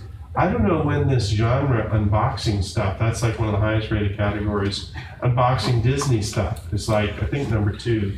And there are all these guys that must get in the garage and they got, these really tricked out studios. And today I'm going to unbox the new Phantom drone. Okay, you open the case. It comes with these packages of 6 Krogers. And I'm going to put them over here. We'll get back to them in a minute. And this is the main part of the video. I mean, they do these things. They go on, and you're just like riveted. Then you go drone, and then you go Bin Laden. He drones. Didn't drones get him? Or so you go and look at that, and you just do this. You're essentially doing a mashup. You are like in the 1980s. There's this guy Fred Silverman, head of programming, the genius at NBC. You're Fred Silverman, and that's how it's done. And I go to Digital Hollywood and I speak there at times, and I go to all the panels and all these other places, and there's always the proverbial 23-year-old that gets up at the mic, and there's a CEO of every one of the major networks and the cable, and they go, you, and then the voice gets really good. It's fun. You don't get it. None of our generation watches TV. Well, they finally got it, because the numbers are showing that the abandon rates are huge. So Google bought this thing a long time ago, YouTube, and it was a genius move. It was as smart as Yahoo buying Alibaba, which is the tail that wagged the dog. So so this video thing, this participatory thing, this community thing, this together alone thing, are huge trends in all of this, and they all kind of go together. And again, this is just a different way to look at what's going on. Theme number 4, and I don't think we need to spend any time on this, which is that all these platforms are blurring. Gordon earlier, we said, well, what's a well, that doesn't count if it's on a mobile, but the fact is that an MMO now is getting, there's an MMO version of an MMO here that's part of the MMO experience. Is it as immersive? No, it's low-fi versus high-fi. But all of these platforms are merging, and I think we beat this one to death. What's really important is it really doesn't matter what we think. Users want to have everything go across all platforms. And I don't know when it was, a few years back, that started. I have an Apple, and I've got, Android. And it's amazing to me that I can have everything on both platforms, and I expect it now. And so that's one huge thing that's driving all this. We expect everything to work across platforms. And different countries globally use different things. I mean, PCs get used a hell of a lot more outside the US in places like Eastern Europe, Russia, than they do in the US, for example. So this is just something to think about when you consume games, that you got to figure out what people are using in that particular market that you're in. I mean, China's quite different from India. India is just completely mobile. I mean, it's just all about mobile. They've leapfrogged the internet. I mean, they've just gone right to mobile. This is the computer that happens to have a voice device in it. You know, it's different in India than all these other places, which means that if you're creating games, you've got to think about releasing on multiple platforms, which Unity makes so easy to do. I mean, we just took a Oculus Rift game and did a compile on the Mac. It was like save as PowerPoint or save as PDF or save as Word, save as... It was that easy. I mean, we just, you know, boom, there it ran perfectly. So all the tools are driving that kind of capability to go across all these platforms. It's mind-blowing when you think about it, actually, if you've an old geezer like I am and seen what came before. Steam continues to just grow like crazy, up to 100 million users online, 3,700 games, which is a lot easier to wade through than, you know, 375,000. And there must be something in here that I can play. And they're, you know, with their whole streaming thing, their community, now it's PC based, right? So that has some limitations, and I don't know if the Steambox will take off, but it's inevitable that they will show up on all these other platforms as well. The first place I think they may show up is on Apple TV, right? Because Apple's selling channels now to anyone who wants their own channel. Or they could show up on Amazon. They're going to have to bust out of their box. And they are their own, you know, their runtime compile version for Oculus Rift runs better than Oculus Rift's own version. So they're just an amazing company. They've eclipsed Microsoft Network, the Xbox Network, a while ago, and they've got just different content that's really compelling and interesting. And okay, so Android, everyone would say bad things about Android because it's a fragmented platform, you know. Well, no, it's not. It's actually, there were 140 different flavors of the Android operating system. It's starting to coalesce, you know, 40, 45 around Kit Kat and Lollipop, Jelly Bean. And Lollipop's out of the gate now, but they're not on 140. I mean, they are in places like India where there are a lot of reasons for that I won't go into, because Indian cell phone manufacturers actually almost do their own versions of Android. Very entrepreneurial, but it's starting to coalesce. Now, Apple always has 2/3 of its base on the current operating system. Well, they've been releasing it so many times now. Recently, it's hard to know which version we're all on. So Android is, you know, eclipsed and downloads all the apps, the App Store, the Apple App Store, and it's starting to monetize as well as Apple, which is always the argument for not going to Android quickly. Now you're just on both platforms. You just have to be. There's nothing to even talk about there. I mean, you just have to be. In the interest of time, I'll go on to the next one. Oh, talk a little, if there are people here who are in the industry, the video game industry, or want to be in it, you know, it's sort of just, one of the trends is, I hear this all the time, oh my, so-and-so works in the video games industry or wants to get into it, and, you know, UT has a new program, and these programs are, well, it's a lot like the film industry. It's the world's smallest big industry. It follows the same blockbuster pattern. But, you know, these are companies, like, these aren't even real companies. And I mean, a company of 300 people isn't even a real company. You know, I mean, Exxon has 200,000 employees worldwide, right? And so we got, you know, 3% have over 300 people. And then the next one down, you got 5% and 4%. So you got 10% of the industry has over 150 people. And the rest are 2 to 5. Like if you have a friend, I'm a game company, making money, thinking about it. That's a lot of people. We have a studio. I have a band. That's why I'm taking accordion lessons. It's a breakout strategy. But look at this. I mean, 10 to 30.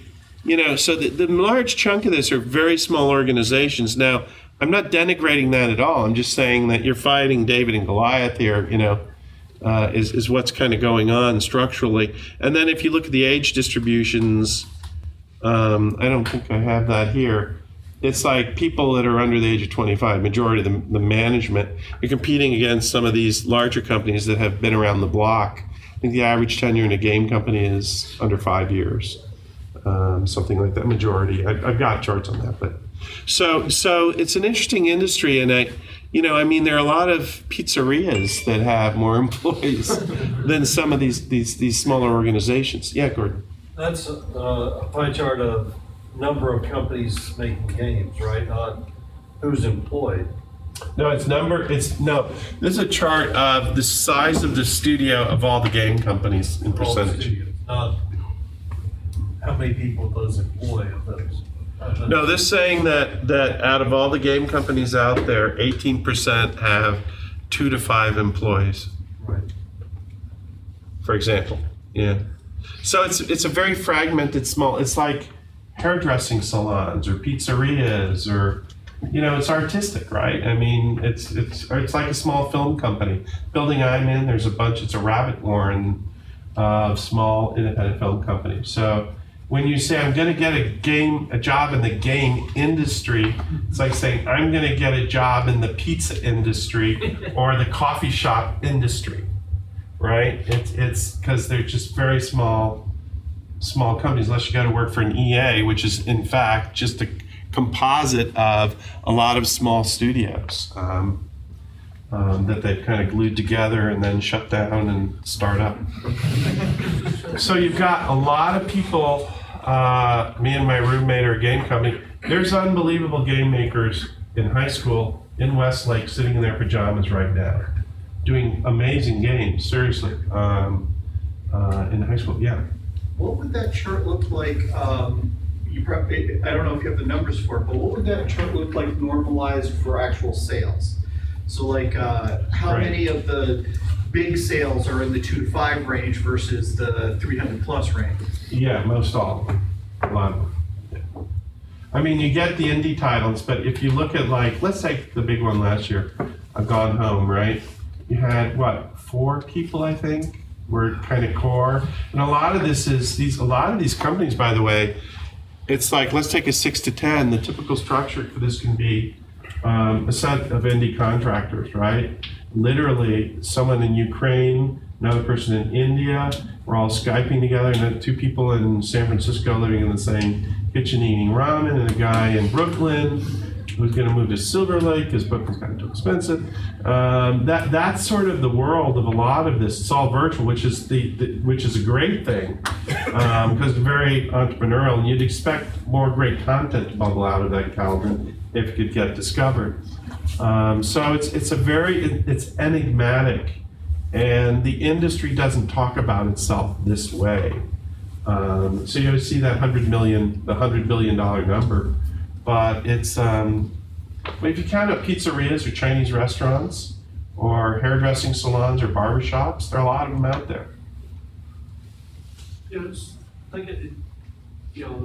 always talk to the giant numbers and the size of the studios and all. Would it not be more realistic to make the goal that whatever the size of your group, whether it's 2 people, 5 people, 50 people, the goal is for that studio to be able to support itself. Like, that is the goal. That could be a goal. To produce games and be able to be independent, but to make a living for your people rather than we must balloon to... Right, absolutely, and there's a lot of work for hire. There's a lot of you know, the Fruit Ninja people years ago were interesting. They were work for hire studios, 100 people. They just did work for hire, and their revenue line was exactly that. Everybody had, you know, I mean, they had spikes when they had big deliverables and stuff. Certain affinities work for hire So I mean, studios. even building your own content, not necessarily working for somebody else, but. Well, then you're into the, I'm going to take my IP to market, and then you get into some of the challenges that we've been talking. Yeah, and I think a lot of the studios here in Austin are exactly what you're describing. If you can pay the rent, you know. That's what every studio just wants to do, is pay the rent. Yeah. You know, and anybody who gets into this industry thinking they're going to be the next Candy Crush is, like your chart shows, kind of really fooling themselves. But what that chart doesn't show is how many of those 300,000 apps are actually paying somebody's rent. And you know, they could be successful by what their metric is, which is I'm paying my rent this month. Well, you know, the poet, the musician, did all the atonal music, great American composer, sold insurance. You know, Wallace Stevens, the poet, sold insurance or something, financial service products his whole life. You can have a day job, you know, and a lot of those titles, everybody, you know, probably do. I don't know, no one's really looked into it. I just think it's something that's kind of interesting because it drives the dynamics of what you see that's going on. And let's get to the third one there that's kind of interesting is this Unity and Unreal. I mean, Unity just gave their talk about free to play. Unity gave away their tool, you know, for free to download. I mean, the limited edition. And then it was like, well, I don't know if I want to spend the $1,200 to buy the professional edition. Well, you don't have to. You can rent it for $70 a month. Now, gee, that's so tough. No, it's 10 freaking lattes. Get over it. Suck it up. You know, it's nothing. So, you know, you can be you can have a full-blown Unity engine and a great support group here. And if you can teach yourself to code, or you're a great artist, I mean, or if you have a friend, you know, I do art and they do coding and we're building our own games. It means that it's the Home Depot, right? You go rent the tool. So what this means is that the barriers to entry are zero. It's like me and Ernest Hemingway, cost of goods, we're on the same page. I got a pen, I got paper. That's where it's at. So what makes us different? He comes up with the line out of Sun Also Rises, Brett had lines like a racing yacht. Or we drove along the plane and then it was really Spain. You know, talent and his content is what won. But that's what's happened in this world. These used to be huge barriers to entry, or, you know, 15 or 20 years ago. I mean, gosh, you kidding me? I couldn't do this. You wouldn't put those two logos on the same slide, the same size. Yeah, that's trouble. I just did it because, you know, but people now get religious. it's like the Unreal is almost the afterthought. Yeah. You know. Well, yeah. On the other hand, if you look at there was a new game that Apple was pushing with its new graphics on the 6 Plus, and I showed it to Neil Vainglory, and he goes, "Oh, they must have done that on Unreal." I said, "Oh, because of the blur. You know, you can't do that in Unity." So, but you're right. They've really smoked them from a marketing perspective, etc. And yet, you know, if you're going to go onto the PS4, you may be using Unity or not. So where this whole mega trend, and I forget what the hell it was, this scenario. So you've got a lot of games, small industry, no one making any money, free tools, and then let's make some money. Guess what? It's cheaper to outsource overseas. So this is an analysis we did. You can't see the fine print, but this is for every basic position in a game company. And so this is US, this is China, which isn't the cheapest out there, by the way. This is Mexico, $37, $15 an hour. This is Ukraine, 31. This is pre-Vladimir Putin invasion rate. Germany, $68. Technical director in Germany, 103. Germany's obviously high. They have a lot of game companies in Germany. Mexico is about a third of what we are. China, a lot cheaper, but Mexico's in the same time zone. And that makes life a lot easier. So when you get in the business of doing this stuff, most folks are setting up studios in other countries. You know, they just set up a captive studio.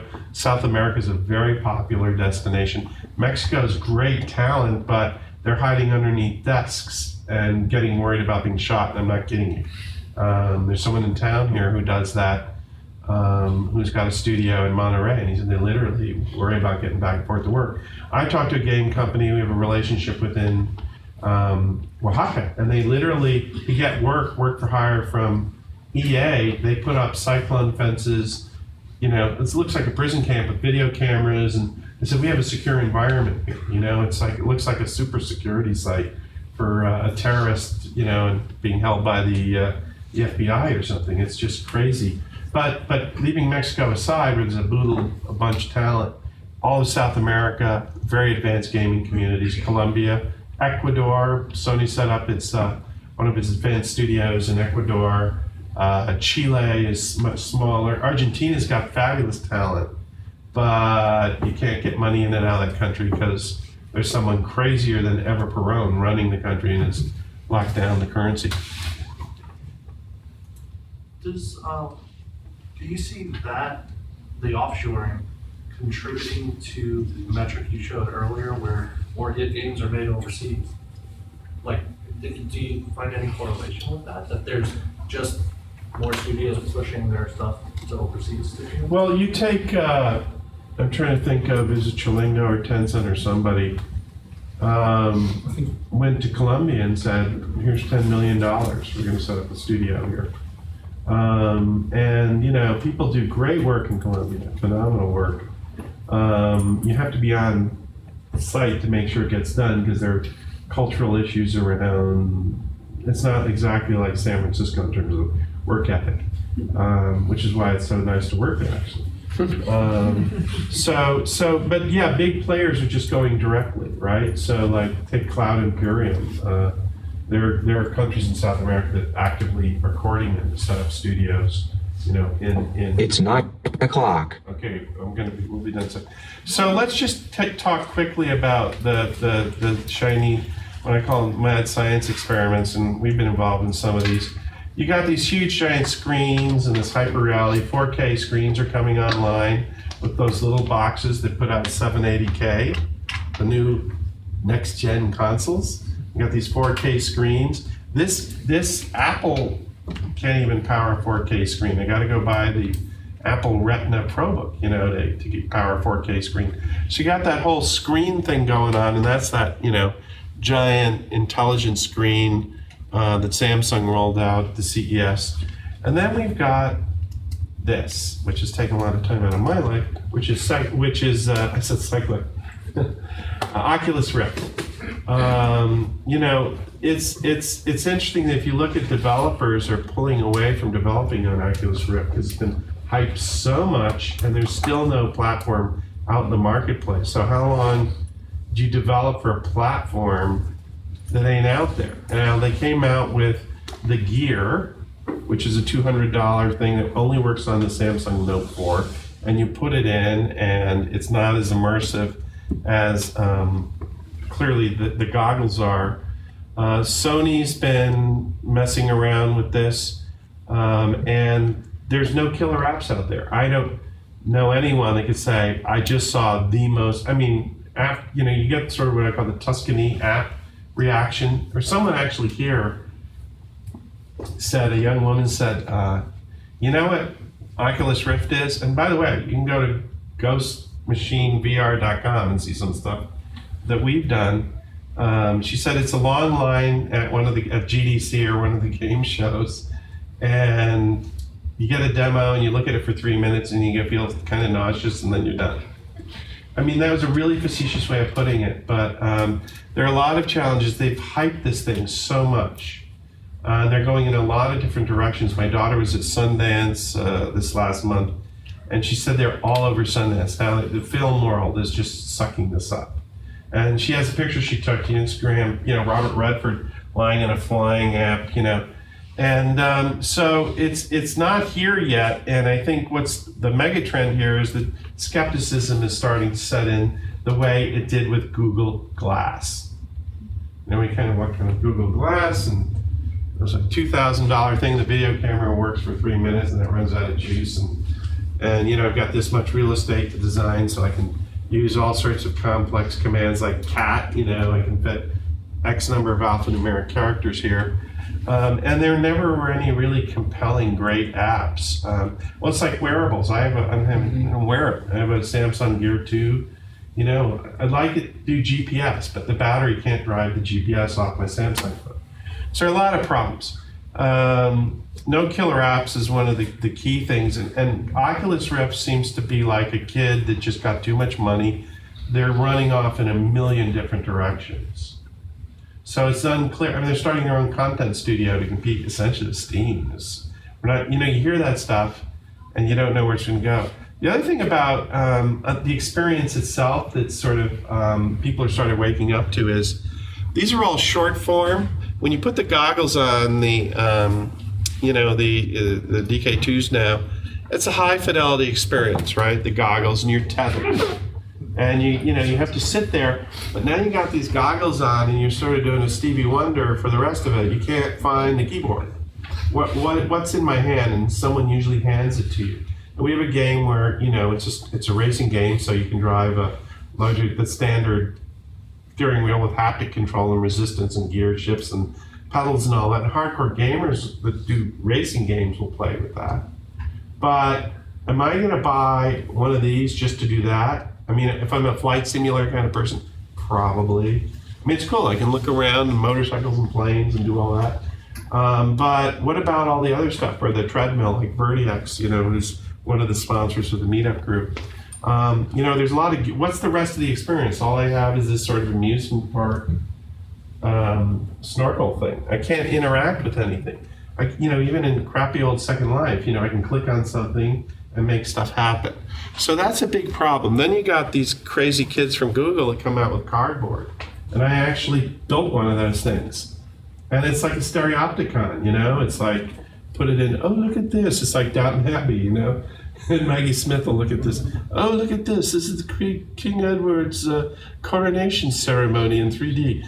Interesting. And then you put it down. And that's sort of what the gear is like. There's a Volvo ad where you just look at the Volvo and then you're in the Volvo and you drive and you end up at this lake and that's it. I didn't learn anything about the car.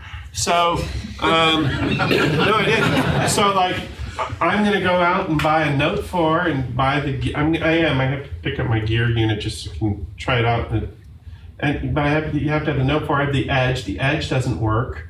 So, but it's got a very high OLED display, which, oh, by the way, is what's inside this guy. They use the Samsung screen. So what's interesting about Oculus Rift is that they wrote code, essentially gave them an engine inside the phone. Now, AAA is far more immersive, and PC, you know, all the stuff Gordon was talking about, far more immersive long form. I mean, how many of you play League of Legends, right? What's your average time in World, which is what we call it, right? Per game? Yeah. I mean, every match is 45 minutes. So, but I mean, how long do you usually stay on? Yeah, I mean, sometimes it's one match and then you're done, other times it's 4. Yeah. Yeah. So, any other people play World of Warcraft, or, you know, the old, how long would you typically give it? Like on Saturday? The what? Like on Saturday?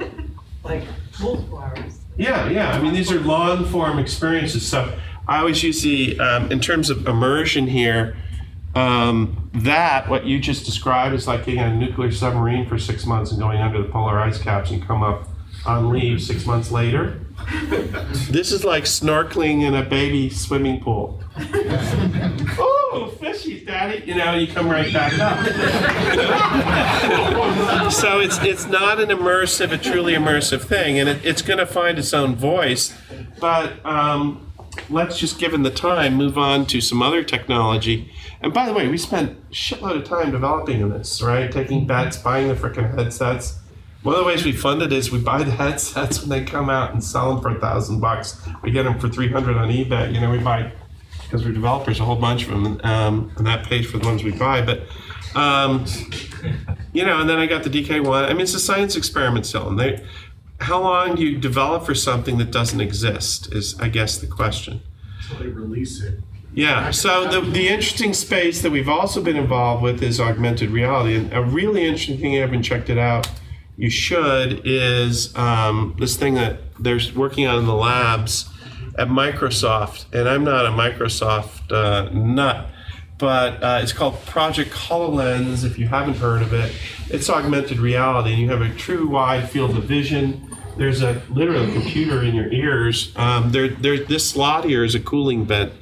And you're going to use gestures. The guy who did Connect is the genius behind this. So you'll be able to gesture. You'll be able to do all sorts of stuff.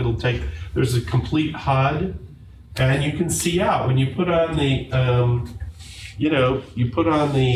Oculus Rift, you're back to, as I said, the Stevie Wonder experience. You need someone to lead you around. Well, this you can just wear. And these applications, unlike Google Glass, are going to really there's so many different amazing use cases outside the world of games. So think of do it yourself. Like I had to work on my motorcycle, and that's why I took it in, because this is too hairy. Well, someone can literally guide you through, how to take something apart, right? A light switch or anything. So there's a million applications here, which aren't even entertainment oriented, that are functional, that they're just a million. It's a really promising technology. It's one unit, you put it on, you're done. If this thing worked, I would pay $1,200 to get my hands on one of these right now. So if I could, but they have a developer program, and they're going to try and do, what Oculus has done and everything else. So that's really interesting. And then this is an example of Minecraft, which they happen to own at Microsoft. And so they have a bunch of cool demos. So I think augmented reality will live alongside and possibly eclipse with completely different experiences, Oculus Rift. That sounds crazy, but I think that's what could happen in this world of science experiments. And it also has the potential to take video games out of the traditional video game environment. I mean, what's the thing that parents always complain about? The kids never go out and play. Once this hits hardcore, kids who got zombies and aliens in the backyard, they can see. What kind of phone do you have? Oh, I have an iPhone 5. Okay, so you can download, I think there's 500 zombie games in the market, period. There's about one of my favorite augmented reality games is a kill zombie game that does exactly that. I've got a whole bunch of them. There's a difference between using your phone and its camera and going in, pew, pew, pew, and... Yeah, so, and there's a zombie in the room. Whoa, Gordon, watch out, there's a zombie behind you. Kill the zombie. Goes over. So this is a really interesting technology, and that one of the greatest, and we worked with the studio in LA doing that goal one for the World Cup. And Matteo, Qualcomm, I'm blanking out all of a sudden. Matteo's the German solution that's out there. If you have zero computer background at all and want to screw around with this stuff, check out Aurasma, which was actually introduced at South by about 3 years ago. AURSAMA. And you can build an augmented reality app in a second. And Euphoria is probably the best package out there. So if you want to mess around with this stuff, this is a really promising area. And why am I bullish on this? Because the smartest kids at school believe in it. They spent $500 million to invest in this mystery augmented reality company called Magic Leap, and that's Google. And this is this top secret stealth, super stealth mode, like Snowden couldn't even crack this one. Has Neil Stephenson working for him now? Yeah, so, it's crazy. So this may be nothing, but the fact that Google thinks it's something is something. Even with the Microsoft one, NASA is working on a collaborative tool for missions using the Microsoft HUD. That's right, yeah. The lunar, they have the Mars rover demo. Yeah. And you can look around and see it over there. And so this augmented reality stuff, having built it and worked with it, it's here, you can do it, you can get great effects. It has 1 million applications that go way and beyond games, right? So, but we use it for games, and it was pretty cool because you sit down at McDonald's and all of a sudden there's this little game you can play on your desktop with your friends. at the on the table in McDonald's, which are 36.1 inches across. It turned out.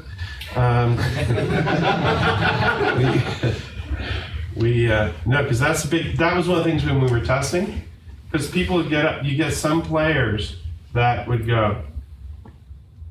We measured a table we did outside a restaurant the first test, and they go, "Oh wait, I've got a shot. I've got a shot." They'd fall. They keep moving back and back and back. So the scaling of the experience is really critical. So anyway, that's sort of some of the six kind of areas. The science experiments, I'll just whip through them. The dilemma of the industry, like how do you make a buck? Our band just wants to play for beer and tips.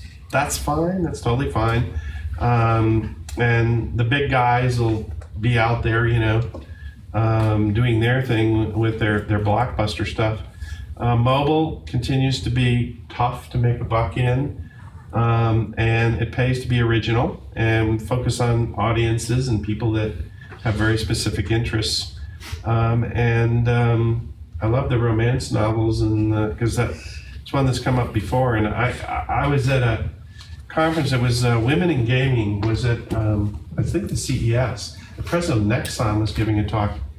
And it was like, literally, I was the only guy in the room, and I have 3 daughters. So I know what gender normative stereotyping is, because I paid $60,000 a year to find out what that meant.